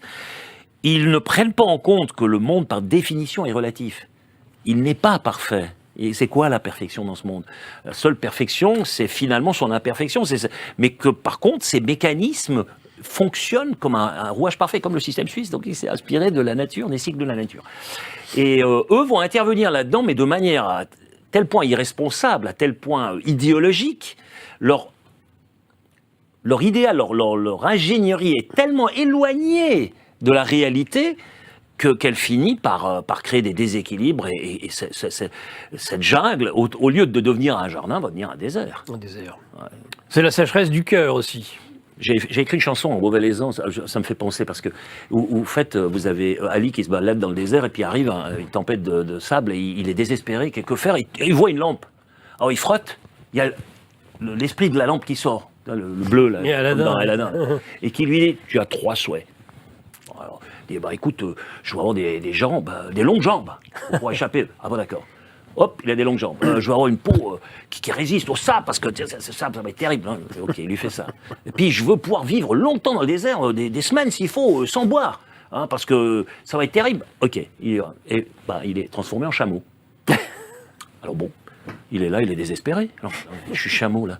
Non, c'est une catastrophe. Il dit à l'esprit, non mais c'est pas possible. Est-ce que je peux pas avoir un 4e souhait ? Ah, l'esprit, c'est un bon type. Ah, et puis, ouais, c'est vrai que c'est pas sympathique, c'est un peu planté le gaillard. Devenir chameau, là, c'est pas... Ok, d'accord, t'as encore un 4e souhait.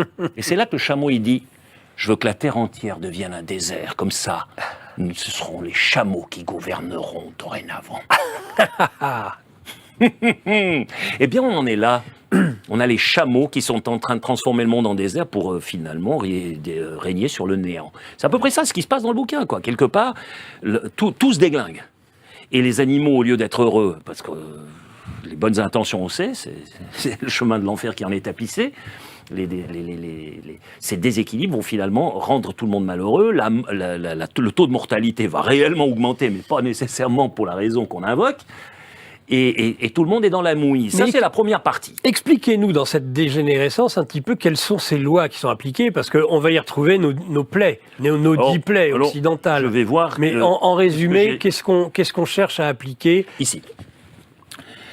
À défaut de se soucier de la santé des corps et du salut des âmes qui n'existait pas, puisqu'il était scientifiquement prouvé que ce qui ne pouvait être transplanté ne pouvait exister, le comité de salut public prenait un plaisir non dissimulé à légiférer pour démultiplier 100 fois les lois. 100 fois S-A-N-S. De sorte que la loi de la jungle et autres préceptes naturels ne semblaient plus que de vagues et lointains souvenirs, bien impuissants à résister aux discours censés fonder la nouvelle réalité. À mesure que l'instinct naturel s'estompait, les mesures et les interdits devinrent de plus en plus extravagants.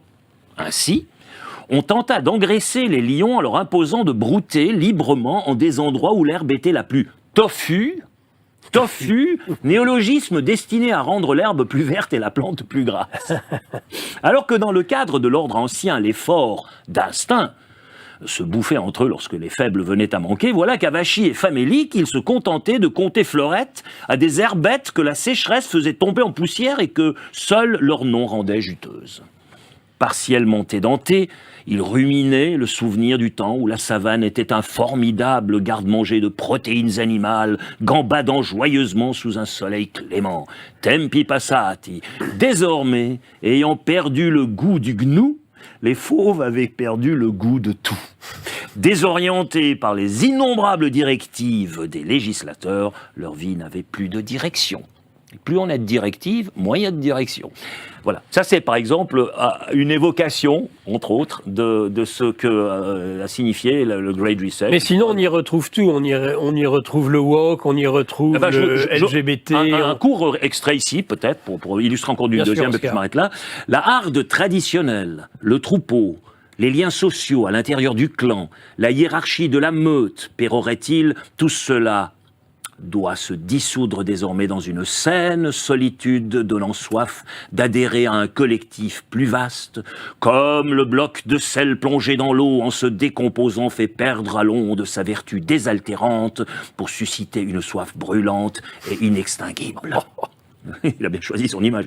Afin de remplacer avantageusement la famille traditionnelle, noyau social initial mais limité, nous devons créer la grande famille universelle des animaux de ce monde. Ce n'est qu'en resserrant les liens des hôtes de ces bois par des contraintes de plus en plus libératrices j'adore que nous serons à même de défendre leur survie et accessoirement leur liberté.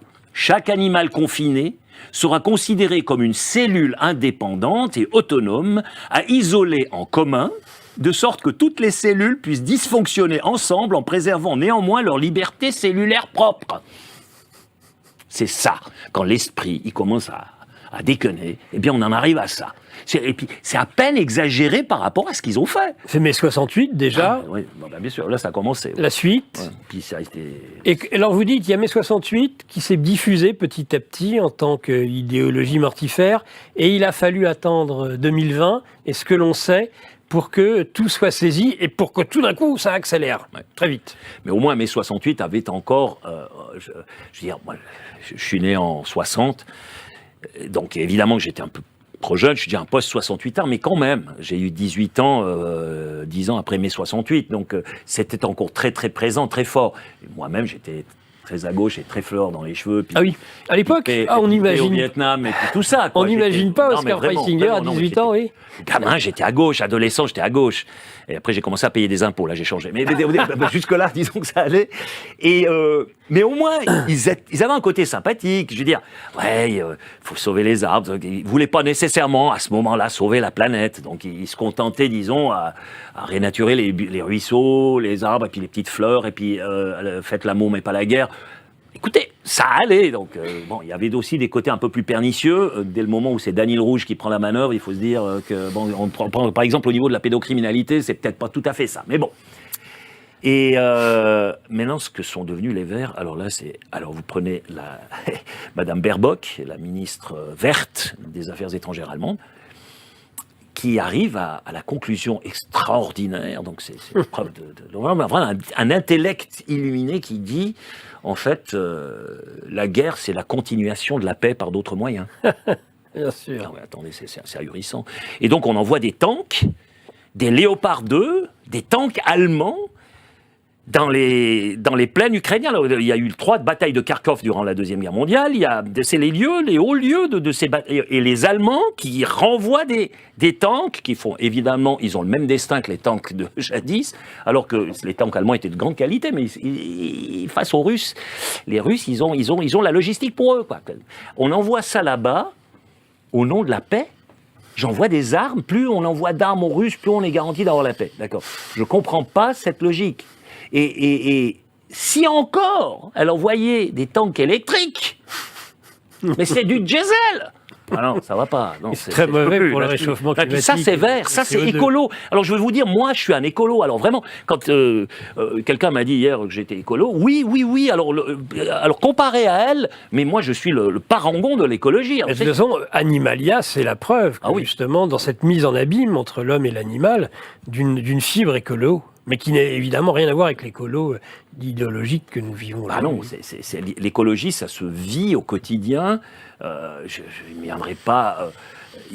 C'est vrai que je suis sensible à un certain moment lorsqu'on veut détruire un biotope, d'ailleurs, mon grand-père, là, dans l'autre livre que j'ai écrit, il renature un bis. Pourquoi ? Parce que on a planté des vignes partout, puis on a détruit les bosquets qui étaient autour de ce bis. On peut en dire quelques mots, Oscar, peut-être. L'oreille aveugle, édition Séléna, livre réversible. Vous le retournez et vous avez le nez dans le soleil. Alors en effet, c'est avec un grand-père qui découvre au travers le pissenlit l'infiniment grand et beau dans l'infiniment presque petit. Oui. Et inversement, pour l'oreille aveugle, quelqu'un qui est enfermé dans son bocal et qui va appeler le monde entier à la rescousse. Oui, lui, il va voyager. Oui. Donc, il existe vraiment. C'est quelqu'un qui existe et qui a le syndrome de Usher, donc il est sourd-muet de naissance, il va devenir complètement aveugle. Pour l'instant, il a la vision tunnel sur 2 mètres. À partir de 2 mètres, tout est flou. Puis il n'a pas de vision latérale. Il a un syndrome d'Asperger et il a des problèmes d'équilibre. Mais il a fait 3 millions de kilomètres de voyage sur cette planète tout seul, dans cet état-là. Et 85 pays qu'il a visités. Et j'ai trouvé cette aventure fantastique. Parce qu'il a commencé à voyager le jour où on lui dit qu'il allait perdre la vue. Le jour où on lui a dit, tu vas immanquablement à un certain moment être aveugle, il a commencé à voyager. Il a voulu se gorger d'impressions, etc. Puis je lui ai dit, alors je me souviens, donc, le dialogue le plus fou que j'ai eu avec lui, donc il est un peu autiste, vous voyez, mais ça permet même un autiste peut vous rendre vous-même très con, d'avoir l'air très con. Quand je lui dis, mais bon, écoute, je comprends pas. Tu voyages dans le monde entier, il te suffit d'aller sur Google Earth et Google Maps, etc. Tu as toutes les images du monde possible, puis en plus tu peux les voir parce que tu es proche, il n'y a pas de problème. Pourquoi tu vas dans le monde entier et puis tu montes toujours sur la montagne la plus haute? En plus, chaque fois que tu es à un endroit, il faut que... Mais tu vois rien, à partir de 2 mètres, tout est flou, je comprends pas. Il m'a dit, mais lol, quand je suis sur la montagne, j'ai mon appareil et je prends des photos à l'aveugle. Ensuite, je fais des albums que je regarde à la maison et là, je peux voir ce que j'aurais pu voir si j'avais pu voir. Autant pour moi. Donc. Puis après, je lui dis, pour l'histoire pour Google Earth, je lui dis, mais alors, tu peux quand même? Il dit non, parce que quand j'y suis, les énergies, je les ressens, les impressions, il y a des odeurs, il y a quand même certains sens fonctionnent et il y a une ambiance et il y a aussi le frisson du vécu. Ça, je peux pas l'avoir avec Google Earth. Oh, bonjour l'autiste, hein. Oh, je m'incline. Hein. Et c'est véridique. Alors c'était très intéressant l'échange qu'on a eu avec. Oui, c'est ça qui précède l'écriture. Eh oui. Après j'ai écrit ce bouquin, puis de l'autre côté c'est le grand-père, lui. Alors il va, c'est un peu comme Éléazar Bouffier là de Giono, il s'appelle Vital Héritier. Vital. Héritier. Mais il y a beaucoup d'héritiers. Ma femme est une Dubuis héritier. Je suis parenté à la moitié du village. C'est le nom le plus répandu. Mais il est héritier de quelque chose. Il est donc inscrit dans une lignée. Il est le fils de quelqu'un et le père de quelqu'un d'autre. Et il est le lien entre le passé et l'avenir. Et héritier. Et vital parce que il va retrouver une vitalité parce qu'au début, il essaie de se suicider. Oui. Et ça foire chaque fois lamentablement. Donc c'est des scènes assez comiques. À un moment donné, par exemple, il y a la broche qui se casse, il tombe par terre, et puis il a failli se casser la nuque. Alors il dit, ce serait été quand même bête de rater son suicide en mourant d'un accident. Bon, c'est le début, et puis après on entre dans le monde de ce monsieur qui a, alors lui, ce lien avec la terre, l'ancrage dans la nature, dans sa patrie. Mais chez nous, en allemand, on dit Heimat. Oui, c'est très difficile à traduire. Je rentre au pays. Quand on utilise pays de cette manière, c'est pas le pays comme la France. Je rentre au pays. Torno nel paese en italien.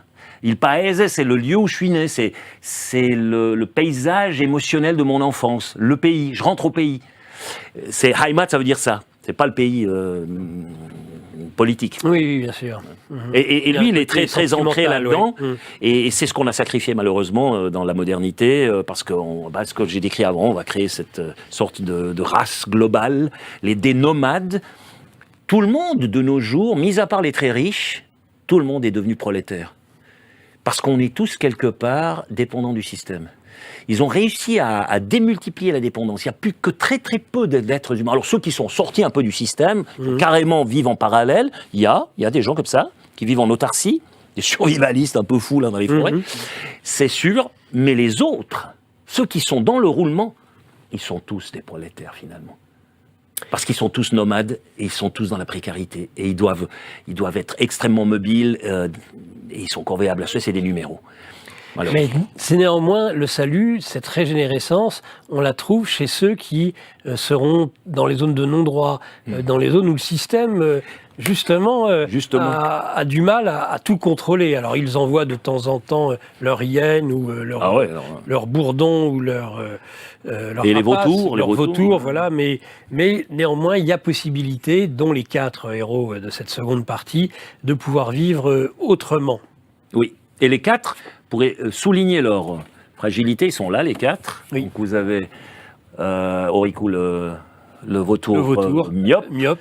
Léonidas, le ratel borgne. Mais Léonidas, le ratel, c'est une sorte de blaireau africain, mais qui résiste même à des lionnes pour défendre ses petits. Il est vraiment très, très, très tenace.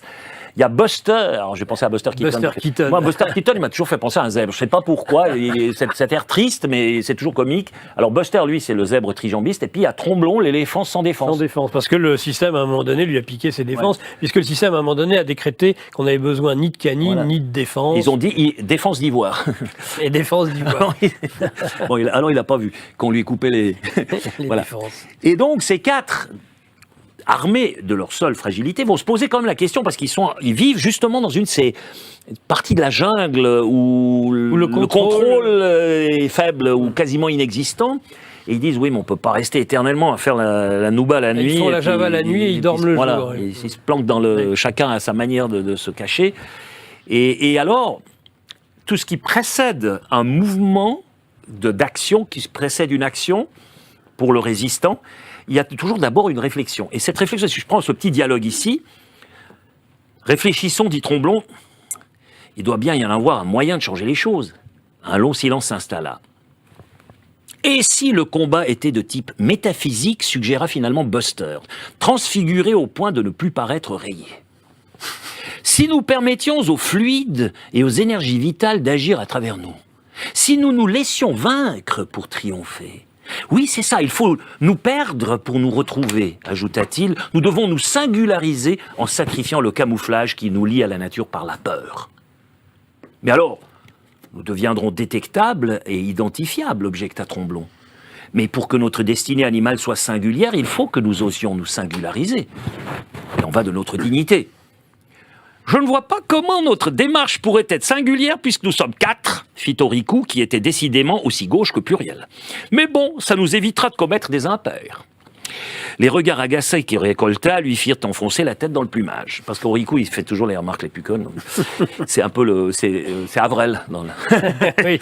Et Léonidas de rappeler à ses compères qu'en avançant, ils allaient se découvrir eux-mêmes dans leur essence profonde, qu'une tortue en marche allait plus loin qu'un lièvre assis, que chaque pas effectué portait le but en soi et que la force d'une démarche ne dépendait pas du nombre ni de l'armement des marcheurs, mais de la volonté et du caractère des individus assoiffés de liberté. Là, je cite un peu Thucydide. Donc, voilà. Donc, c'est ça un peu le débat, la réflexion de départ. Et ils vont ensuite y aller, commencer à bouger, mais ils ne savent pas vers où. Et la nature, à un moment donné, ils font des rencontres qui, peu à peu, vont les amener là où ils doivent arriver. Ils vont suivre le cours du Pangani, vont remonter le fleuve du temps jusqu'à sa source, et où il y a la clé des champs qui leur sera donnée pour essayer de régler cet embrouillamini qui s'est abattu sur la jungle. Voilà, c'est un peu l'idée. Je ne veux pas spoiler la fin, quand même. Non. Il rencontre dans cette seconde partie le narrateur, parce que le narrateur, c'est pas Oscar Freisinger. Il est là. Oscar Freisinger, c'est un hyperactif, et le narrateur, c'est tout l'inverse, c'est un paresseux. Ouais, c'est un paresseux. Mais transplanté, puisqu'il n'y a pas de paresseux en Afrique. Il y en a qu'en Amérique latine. C'est vrai. Alors lui, le paresseux, attendez, lui, c'est Homère. C'est Homère le paresseux. J'avais dû... attendez, ah oui. Non, ça c'est la scène de... Alors, est-ce que j'ai Homère? Parce que j'avais... Là, déjà, tu l'as sur tout le début du livre. Oui. C'est clair qu'au début, il apparaît. Mais il y avait une scène... Ah oui, ici, je l'ai trouvé. Or, la fatigue, ce n'est pas la paresse. Si la paresse est un art, la fatigue est une tare.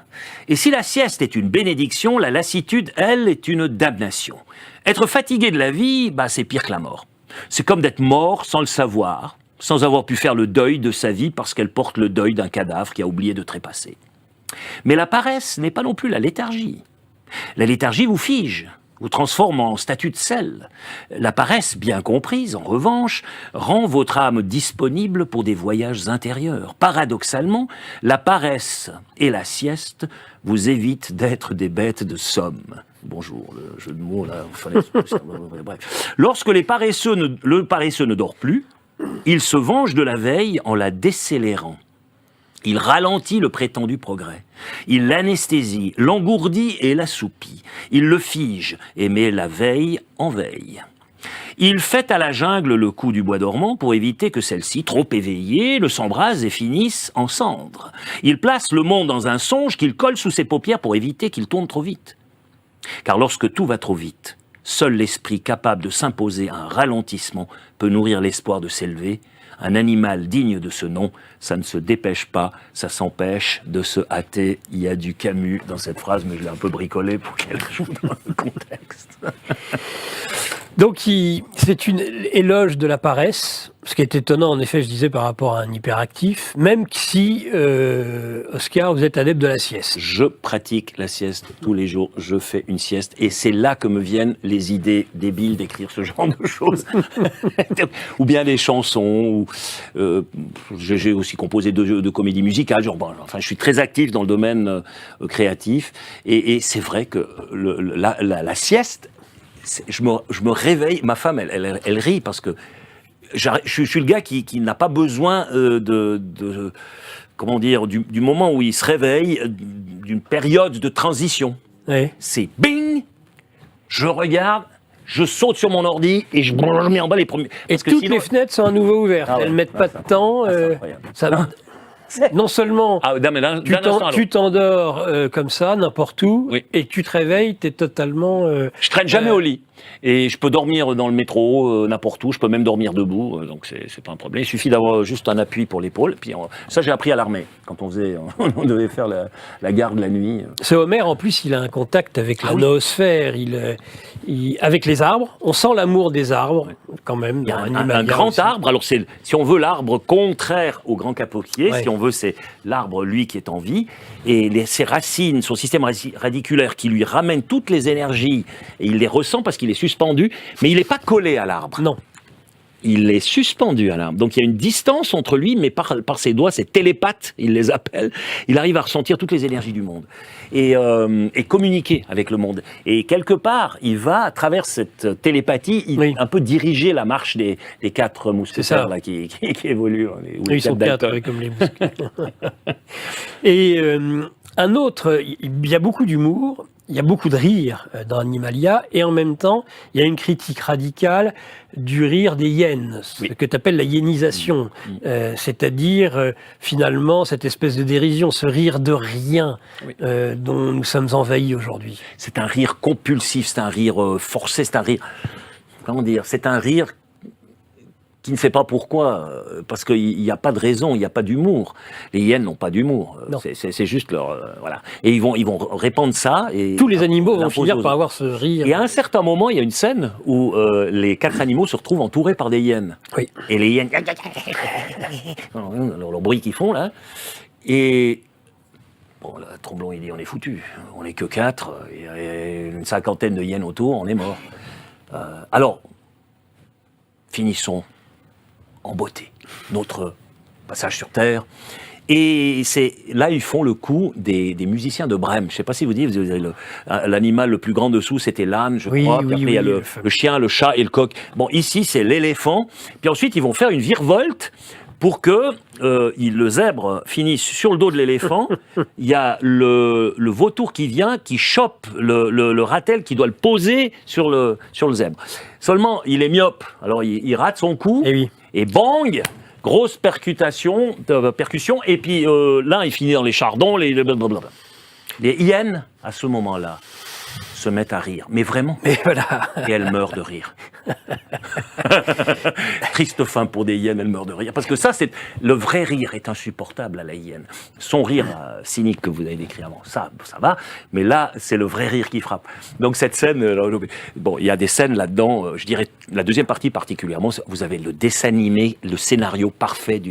J'en appelle à tous les cinéastes qui seraient éventuellement intéressés à faire une bande dessinée, un dessin animé politiquement incorrect, et là c'est tout trouvé. Donc ce serait parce qu'on l'a fait avec la ferme des animaux de George Orwell. C'est d'ailleurs très très bien fait. Donc les animaux sont superbes. Là, les cochons, Napoléon, ils ont la tête qu'ils ont, c'est extraordinaire. Puis à la fin, qui se transforment en êtres humains. La différence entre cette dystopie-là, c'est que il y a plusieurs différences. La différence, c'est que l'être humain n'y apparaît pas. Il n'y a pas d'être humain. Non. Il y a juste Homère qui a vécu un temps soit peu avec les sapiens, et ça lui a donné une certaine connaissance sur le fonctionnement du monde, qui est quelque part en arrière-plan comme ça, mais il n'y a personne, aucun être humain. Mais il est en contrepoint, l'être humain, et puis il y a c'est un carnaval des animaux. Oui. Mon singe, on rigole. Bien sûr. Et puis ensuite, alors il y a 3, il y a la mise en abîme par le fait que ce soit des animaux, donc il y a la fable. Ça fonctionne comme un miroir grossissant, mais décalé. Donc on est obligé de se remettre en question. Ça, c'est la première mise en abîme. Il y a la mise en abîme du rire. Le rire libère, le rire oblige de prendre distance par rapport à l'illusion référentielle. Et il y a le jeu avec les mots, comme les extraits, vous voyez. On ne peut pas totalement tomber dans le suspense de l'histoire, parce qu'on a toujours les mots qui se rappellent à nous dans leur jeu propre. Donc, ça nous oblige de se dire, cette jungle est une jungle linguistique. Enfin, ces animaux, ils parlent. Ils jouent avec les mots, et les mots se jouent d'eux. Et donc, ça crée aussi une mise en abîme. Donc ça, c'est ces 3 grandes différences. Et puis alors, ça se termine pas trop mal. Donc, alors voilà. Moi, je suis un être positif, je crois à l'être humain. J'allais quand même pas finir comme 1984 de George Orwell, où à la fin, on a envie de faire une dépression, quoi. Alors, sans même dire comment ça se termine, en tout cas, une des leçons aussi, et qui est celle du tour, qui est celle aussi de la solution, c'est que c'est ce qui rate, c'est l'imperfection, qui met en défaut un système qui se croit parfait et qui imagine que la seule chose qui pourrait le vaincre, ce serait une perfection supérieure encore. Et non, c'est pas du tout comme ça que ça va se passer. La scène des hyènes que je vous ai décrite avant, elle est symbolique pour ça. Oui. C'est-à-dire les hyènes, elles sont convaincues de la supériorité de leur nombre et de leur férocité. Il n'y a que 4 animaux handicapés là. Et c'est le handicap, la myopie d'Oriku qui crée la catastrophe de la pyramide qui s'effondre. Qui va faire rire les hyènes, elles meurent de rire. Donc c'est le handicap qui a vaincu le système parfait. Ça c'est juste un petit exemple, mais il y en a plein dans l'histoire. Donc je pars du point de vue que cette ingénierie qu'on veut greffer sur un monde relatif, qui se veut parfaite, c'est sa plus grande faiblesse, c'est d'être parfaite, de vouloir être parfaite. Ça n'existe pas d'ailleurs. Ça n'existe pas. Mais dans un monde relatif, vous ne pouvez pas greffer sur un monde relatif. Il y a un moment donné, le couvert de la marmite, il saute, parce que vous ne pouvez pas tenir la vie sous le boisseau éternellement, comme ça. Et ça, c'est ce que pensent ces gens-là. Et avec l'intention de créer un monde meilleur, toujours. Chez Aldous Huxley, Brave New World, ce monde qui est parfaitement géré. À l'avenir, on le gérera par l'intelligence artificielle, par des algorithmes. La machine nous dominera. Ce sera presque HAL dans l'histoire de 2001, l'Odyssée de l'espace. Hein. Donc on en arrivera peut-être à ça, avec des technocrates qui dirigeront les choses. C'est un peu l'idéal que vous trouvez dans The Great Reset de Klaus Schwab. Oui. Et ça, c'est les buveurs d'âme, parce qu'ils désaniment le monde. Parce qu'il y a un grand avantage dans l'existence d'un Dieu, quel qu'il soit, de l'idée d'un absolu vers lequel on tend, c'est que nous sommes en progression vers quelque chose, C'est ça. à quoi nous aspirons, que nous n'atteindrons vraisemblablement jamais, mais nous allons vers quelque chose, il y a une direction et un sens dans la vie, et il y a une âme, il y a une transcendance. Là, il n'y a pas. Il n'y a pas de transcendance. Il y a que des êtres humains qui croient que le bon Dieu, qui vont jouer au bon Dieu et qui ne sont que des apprentis sorciers et qui vont tout foutre en l'air. C'est ce qu'on nous prépare puisque tous les puissants du monde ça a été très très rare dans l'histoire du monde, vraiment. Il y a eu de temps en temps, par bonheur, un despote éclairé éventuellement ou quelque chose dans ce genre, ou un système démocratique comme la Suisse, un peu une petite exception. Mais sinon, la plupart du temps, le pouvoir y corrompt. Et rend bête. Parce que finalement, les gens, le pouvoir, c'est comme l'argent. C'est Picsou sur son tas d'argent. L'argent n'a qu'un désir, c'est d'augmenter son propre volume, c'est de se grossir soi-même. C'est que ça. Et si l'argent est au service de quelque chose, c'est pas nécessairement mauvais. C'est juste de savoir ce qu'on en fait. Et Picsou, c'est le pire, parce qu'il est assis sur son tas, et plus son tas il est grand, mieux il se sent. En fait, il n'apporte rien à rien, à personne. C'est dramatique. Picsou, c'est vraiment l'exemple même de cette stérilité. Par contre, l'argent utilisé comme une énergie possible pour l'action, ça va. La même chose, je suis élu quelque part. Alors, je suis assis sur mon siège. Si ensuite, je me dis, maintenant, je suis arrivé, je suis assis sur mon siège. Ce siège, il va rester collé à mes fesses pendant les 20 ans à venir, et je vais tout faire pour rester assis, collé avec mes fesses sur ce siège. Non, mais vous n'êtes pas arrivé au Parlement. C'est un départ. Ce siège n'est qu'un tremplin pour l'action. Vous allez vers de l'action. Avec les Vous savez risques. l'anecdote de Sarkozy Les risques, ça rapporte. L'anecdote de Sarkozy au conseil départemental des Hauts-de-Seine, lorsqu'il a été élu président de la République, il a convoqué l'ensemble de ses conseillers départementaux et il a dit à un moment donné, j'ai rêvé, j'ai voulu être le président de la République, je l'ai été. Je l'ai été. Passé composé. Il en parle au passé. Il vient juste d'être élu en 2007, président de la République. Il en parle déjà dans une formule qui est au passé. Ah bon. Mais ça dit bien que c'est justement, c'est une fin et ce n'est pas le début de quelque chose. Ouais. Et après, alors, ça doit être le début. C'est un mandat que me donnent les citoyens qui m'ont élu pour que j'agisse en leur nom et que j'essaie de régler leurs problèmes. Donc moi, j'avais la porte ouverte de mon bureau. Tout le temps, elle était ouverte. Puis ma secrétaire disait « Oh non, mais il faudrait quand même fermer au moins la porte de l'antichambre. » Je dis « Mais non !» Alors c'est arrivé que tout à coup arrive un quelconque kidam. Il fait le tour du bureau, il regarde les tableaux. Puis je dis « Vous cherchez quelqu'un ?» Non, mais je me suis dit, je vais une fois recommencer dans le bureau d'un conseiller d'État. Et puis, oui, mais vous avez une requête, quelque chose ? Non, j'ai juste voulu voir comment c'était. La secrétaire, elle se marrait. Parce que mon prédécesseur, lui, il avait la double porte fermée. Et puis, il faisait toujours attendre volontairement les gens avant qu'il les fasse entrer. Pourquoi ? Parce que c'était pour asseoir son pouvoir. Donc, tu fais attendre. Tu te mets en position de pouvoir. Il y a aussi une autre technique, c'est que le siège du gars qui est derrière le bureau doit être plus haut, et puis l'autre, il a un siège bas, comme ça, il est en bas. Alors il y a une technique là contre. Moi, j'étais une fois convoqué quand j'étais encore prof, et puis je m'étais battu contre une réforme scolaire, et on m'avait convoqué au département pour me faire comprendre que ça n'allait pas. Et le gars, il m'avait mis un siège vraiment très très bas, et lui, il était évidemment en position très haute. Alors, vous voterez dans le siège. Mais vraiment, les gens écartés. Attention, je crois que tu as perdu ton micro dans la... Je le remets, vitesse. Excusez-moi. Bon, ça va là ? On m'entend ?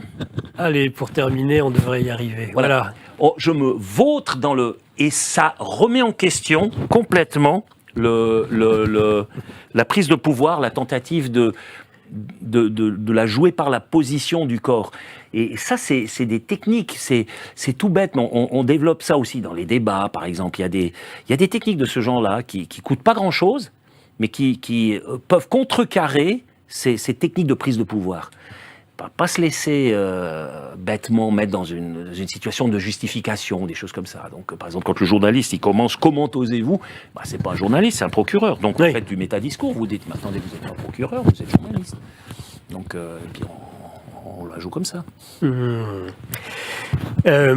reste quelques minutes pour conclure, Oscar Freisinger. On rappelle en plus donc ces 3 derniers livres dont tu fais aujourd'hui la tournée en France, tout du moins, Animalia, Le nez dans le soleil, et hop, c'est réversible comme ça, L'oreille aveugle, les 3 aux éditions Selena. Peut-être terminer sur, justement, on parlait des journalistes, de cette liberté. Ça n'a pas été facile de se faire éditer. Et c'est quand même incroyable, aujourd'hui, en France, dans un des pays du livre, que de voir régner cet ordre de fer, cette loi d'airain d'un politiquement correct qui fait que même si votre éditeur est d'accord, même si le diffuseur concède une diffusion, il y a encore la possibilité que des libraires, que des journalistes refusent de vendre le livre. Oui, j'ai vécu ça en Suisse, par exemple, là où plus connu évidemment, où des libraires refusaient, clairement, refusaient de commander mon livre. Donc, où un client me téléphone, il dit « Mais écoute, je suis allé à telle librairie, j'ai voulu acheter ton livre, ils m'ont dit « Non, on l'a pas ». Je dis « Mais vous pouvez le commander ?» « Non, nous ne commandons pas des livres de ce monsieur. » Purée, waouh, c'est incroyable, ça se dit libraire. Non, là, on est dans l'autodafé, au jour le jour. Ouais. C'est une autre manière de brûler le livre, c'est faire en sorte qu'il ne se vende pas, qu'on le trouve pas. Personne qui puisse y accéder. Mais c'est là, encore mieux que l'autodafé. Il y a heureusement des moyens parallèles. Oui. Il y a heureusement des systèmes médiatiques de réinformation, tels que Géopolitique profonde, bien sûr. Où donc on peut un peu contrecarrer le système. Et si les gens qui sont aussi, comme nous, convaincus, ce 30% de résistants qu'il y a généralement dans les pays, ils jouent le jeu, ils peuvent créer un système qui à terme, pourra influencer la population. Ça, c'est une arme. C'est une arme, ce livre, parce que l'arme du rire, l'arme de l'humour, c'est un sujet grave traité de manière légère, agréable à lire, mais qui remet tout en question et qui explique comment fonctionnent les choses. Donc, sans devoir faire un essai trop compliqué pour les gens. Donc, c'est vrai. Mais par contre, si un certain nombre de gens achètent le livre, je donne un exemple qui, pour moi, est flagrant. Et là, alors, c'était vraiment quelque chose, j'ai encore pas compris comment ça a été possible. Il y a un certain Thilo Sarrazin, en Allemagne, qui était un haut responsable politique, il avait une poste assez importante dans le Parti socialiste allemand, SPD, qui écrit un livre, mais moi je l'ai, mais il est illisible. Donc il y a des statistiques, c'est écrit tout petit, c'est le machin, c'est pas comme ça c'est soigné. Mais non, c'était franchement, tu ouvres le bouquin, t'as plus envie de le lire. Thilo Sarrazin, le titre c'était Deutschland schafft sich ab, l'Allemagne se déconstruit ou s'abroge elle-même. Deutschland schafft sich ab. L'Allemagne s'élimine elle-même. Suicide collectif de l'Allemagne, c'était le titre. Il a vendu des millions d'exemplaires. Alors je me suis dit, attends, c'est pas possible, des millions de gens aient lu ce bouquin, il est pas lisible, même moi je le lis pas parce que je m'emmerde. En plus, il avait un style, c'était chiant. C'était pas possible. J'ai compris, j'ai fini par comprendre. C'était l'acte de résistance de la grande masse silencieuse. Ils ont acheté le bouquin, ils l'ont pas lu, ils l'ont foutu dans leur bite, c'est égal, mais juste le fait d'acheter le bouquin. Ça a donné une énorme valeur au bonhomme parce qu'avec les chiffres de vente qu'il faisait, les médias étaient obligés de le prendre en compte et il a pu aller sur les plateaux de télévision des médias officiels défendre son point de vue. Tac! Ça, c'est pas con, hein, comme moyen de résistance. Il y en a toujours, parce que le système le plus censuré qui soit, le plus parfait, il y a toujours quelque part une fissure, une brèche, il y a toujours. L'ex-Union soviétique est un Là, bon exemple. Les samizdat, par exemple, ils avaient inventé un autre système. Bon, il y a toujours un moyen. Il faut jamais désespérer. Alors bon, c'est pas facile, évidemment, parce qu'on vient trop tôt, généralement. C'est clair. Comme l'homme avec la lampe là, qui cherche Dieu sur la place chez Diogène. Nietzsche. Non, chez Nietzsche. Et sur la place du village. Et la place du marché. Où est Dieu? Où est Dieu? Ah oui, Dieu, non, et pas puis un après, homme, oui. il fracasse sa lampe et il dit « Je viens trop tôt ». Dieu est mort, mais vous ne l'avez même pas encore remarqué que vous l'avez tué. Je viens trop tôt. Ça, je trouve cette image. Quelquefois, dans ma vie, j'ai défendu un point de vue et 10 ans après, la réalité m'a donné raison. Ça m'est arrivé quelquefois quand même. Là, bon, on a une certaine satisfaction. On se dit, bon, mon Dieu, au moment où j'ai défendu ce point de vue, j'étais le dernier des derniers. Je me suis fait insulter, massacrer, insulter, tout ce qu'on veut. Et puis finalement, la réalité... elle évolue. C'est pas qu'on est prophète, on n'est jamais prophète. C'est juste que si on lit bien, si on a d'abord une bonne connaissance du passé, qu'on lit correctement ce qui se passe dans le présent, on arrive à peu près à imaginer dans quelle direction va le futur, l'avenir. On peut quand même. Il y a une prévisibilité, elle est limitée, mais quand même. Et des fois, elle était... Alors, assez précise, alors, la vision. Des fois, on se plante. Ça peut aussi arriver parce qu'il y a toujours un moment où les choses... Par exemple, moi, j'aurais jamais imaginé la crise sanitaire de 2020. Ça, je l'ai pas vu venir. Alors, j'avoue, ça... bien malin qui... peut-être, les gars de chez Pfizer, ils savaient. Mais moi, je savais pas. On n'a pas envie de se quitter, hein. On pourrait continuer comme ça longtemps, et puis pourtant cette émission touche à sa fin. Peut-être une dernière question, parce qu'on est content de te voir. Ça faisait un certain temps que tu n'étais pas venu en France. Ah oui. Depuis 99, puis après il y a eu le Covid, alors ça n'a pas aidé. Tu as eu et puis des problèmes de santé, mais qui sont déjà derrière toi. Oui. Pas mal. Ouais, c'est pas encore tout à fait ça, mais là, je respire encore comme un cheval au sommet d'un escalier de métro. Donc c'était quand même des pontages, c'est quand même une opération du cœur, quoi. Mais justement, tu ne veux plus qu'on te pompe l'air, dis-tu. Donc tu n'as pas envie de nouveau politique active. Tu en as trouvé les limites. C'est bon. Mais finalement, la politique, t'en as jamais fait autant, parce qu'en écrivant Animalia, t'en fais bien plus finalement que lorsque tu es obligé de faire des discours à l'appel, à la queue leu-leu, parce que tu es député ou parce que tu es un rang de ministre dans je faisais, en tant que ministre, de Suisse. C'était 200 discours par année. Donc, voilà. Mais bon, c'est aussi un art. Comment faire un discours pour capter les foules, ça c'était fascinant aussi. L'exercice communicatif. Et je faisais beaucoup d'humour. Alors, non, mais certains de mes discours, non mais je les réécoute, je dis mais c'est pas un discours, c'est un sketch. Non mais c'est un sketch. Non, les gens, ils se fendent la gueule, ils sont à plat ventre de rire. Il y a un gag après l'autre. Mais on est surpris de cet humour des Suisses, parce que vous êtes, alors là, les Suisses, vous êtes un peuple qui avait énormément d'humour. Oui. On disait ça de la France. Aujourd'hui, on a l'impression que les Français n'ont plus aucun humour. Mais ils l'ont, mais ils osent plus en avoir. Ouais. Je me souviens, j'avais fait une fois un gag en Allemagne sur... c'était sur l'époque nazie. Il y avait des profs, des collègues. J'étais invité. Et puis je fais un gag sur cette époque-là. Il y a eu un silence. Un ange qui est passé. Puis tout à coup, t'as un collègue qui me fait « Wir möchten ja gerne lachen, aber wir dürfen nicht ». On aimerait bien rire, mais on n'ose pas. On n'a plus le droit. Ce sujet-là, c'était tellement tabou. Alors que c'était de l'humour, c'était un gag. Ah non, tu peux pas. Et ça va pas. Ça, c'est de l'autocensure. Donc l'homme le plus incorrect, à un moment donné, on disait de toi, c'est Oscar Freissiller, c'est le Suisse le plus incorrect du monde, et puis c'est un des hommes politiques européens les plus incorrects qui soit. Finalement, c'est un de ceux, indéniablement, qui a le plus d'humour et qui fait le plus rire. Oui, mais ça, c'est justement l'arme la plus efficace. Non, mais vous voulez la preuve évidente du fait que je sois un poète, mais dans chacun de mes gènes, c'est que j'ai fait une fois un poème sur le Conseil fédéral suisse. Il y avait une élection, puis je me suis foutu de la gueule du gouvernement, avec une rime finale un peu osée. En français ou en allemand ? En allemand. C'était en allemand, je peux malheureusement pas la... C'est non, parce qu'il y a la rime et les jeux de mots, ça va pas. Mais c'est égal, bon.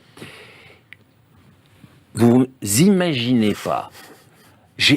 Pendant 10 jours, j'étais l'ennemi public numéro 1. Pendant 10 jours, il ne s'est pas passé un seul jour où tous les médias de Suisse ne me tapaient pas dessus. Par rapport à cette rime et ce poème. Puis moi, je comprenais plus le monde. Non, mais franchement, tu sais plus comment tu t'appelles. Tu te dis, mais qu'est-ce qui m'arrive? C'est quoi ce truc? Et on menace même sur l'emploi. Moi, j'avais quand même une famille, 3 enfants encore à scolarité, tout ça. C'était l'horreur, l'horreur absolue. La teneur Le sommet, Ouais. ça a été qu'après une semaine de harcèlement dans tous les médias, où ils m'ont descendu, il y a des équipes qui arrivent avec des cocktails Molotov, ils ont foutu le feu à ma maison. 100 000 balles de dégâts, à 5 minutes près, je perdais toute la maison. C'était à 10h30 le soir. Je rentre en catastrophe, il y avait la police, les pompiers, c'était une catastrophe. Si les enfants avaient été dans leur chambre à l'étage, ils seraient morts asphyxiés. Donc ça a été le plus dur pour moi. J'avais mis en péril la vie de mes enfants pour cette putain de politique. Ça, c'était dur à supporter. Mais bon, qu'est-ce qui se passe? La nuit se passe. C'est une nuit terrible. Ah non, mais je me suis effondré en sanglots, c'était l'horreur. Le matin, apparaît le journal dominical principal de Suisse romande. Ils n'avaient plus pu arrêter les rotatives. Devinez le titre. Le titre, c'était en grand, sur la première page, la couverture. Ah, décidément. C'était « Faut-il brûler Freisinger ?» Oh là là. À partir de là, un silence total, une chape de plomb est descendue et ils m'ont plus emmerdé, c'était bon. mais vous, il faut l'avoir vécu. Et ça pour une rime. Alors je défie quiconque. Est-ce qu'il y a eu un poète? Il y a peut-être quelqu'un qui a été exécuté pour une rime, mais j'en connais pas beaucoup qui se sont fait flamber la maison pour une rime. Il a dit la vérité. Alors à moins il a qu'elle fait rire tout le monde, il elle faut a peut-être été l'exécuter. vraiment tellement mauvaise qu'elle méritait la sortie. C'est possible, mais quand même, je trouve ça un peu. C'est comme le gars le fameux qui a essayé de tuer Fizzo là. Fixo, oui. Et qui se dit Oui, poète, c'est un qui se poète. dit écrivain. Et qui prend un flingue pour aller descendre le bonheur. Alors, il n'a aucune foi dans ses capacités littéraires, parce que moi, je reste C'est pas convaincu le verbe, oui, les que balles mon sont- arme, c'est ça, et je ne vais pas prendre un flingue pour aller flinguer mes adversaires. Ça, c'est garanti. Parce que ce serait remettre en question tout ce en quoi je crois et toute mon humanité. Tu ne fais pas ça. Ça, c'est supérieur à l'arme que tu tiens, l'arme de poing. Ça, c'est supérieur. Les habits neufs de l'empereur, le coup de l'archiduc, ça se termine par un immense éclat de rire. Il est nu, et c'est un enfant. Oui. Et c'est un enfant qui le dit, évidemment. Ouais. Merci beaucoup, Oscar, de nous avoir consacré presque 2 heures. Oui, de je ton m'accroche temps. au micro comme... Et on t'aura à nouveau probablement à la rentrée aussi, parce qu'on parlera de ces autres livres. Et puis je pense qu'il y aura aussi beaucoup d'actualités à commenter, dont l'actualité politique, dont tu es en retrait sur le plan actif, mais par contre que tu ne te prives pas, bien au contraire, de continuer à commenter. Absolument. Merci à toi. merci Merci de beaucoup, l'invitation. Oscar Freisinger. Merci, chers internautes, de cette écoute. Vous pouvez maintenant, comme on le dit, revenir à une activité normale. Et n'oubliez pas cette revue de géopolitique profonde. Vous y retrouvez tous ceux que vous aimez dans ces émissions de GPTV. Voilà, je vous souhaite à tous une excellente fin de soirée et à la semaine prochaine.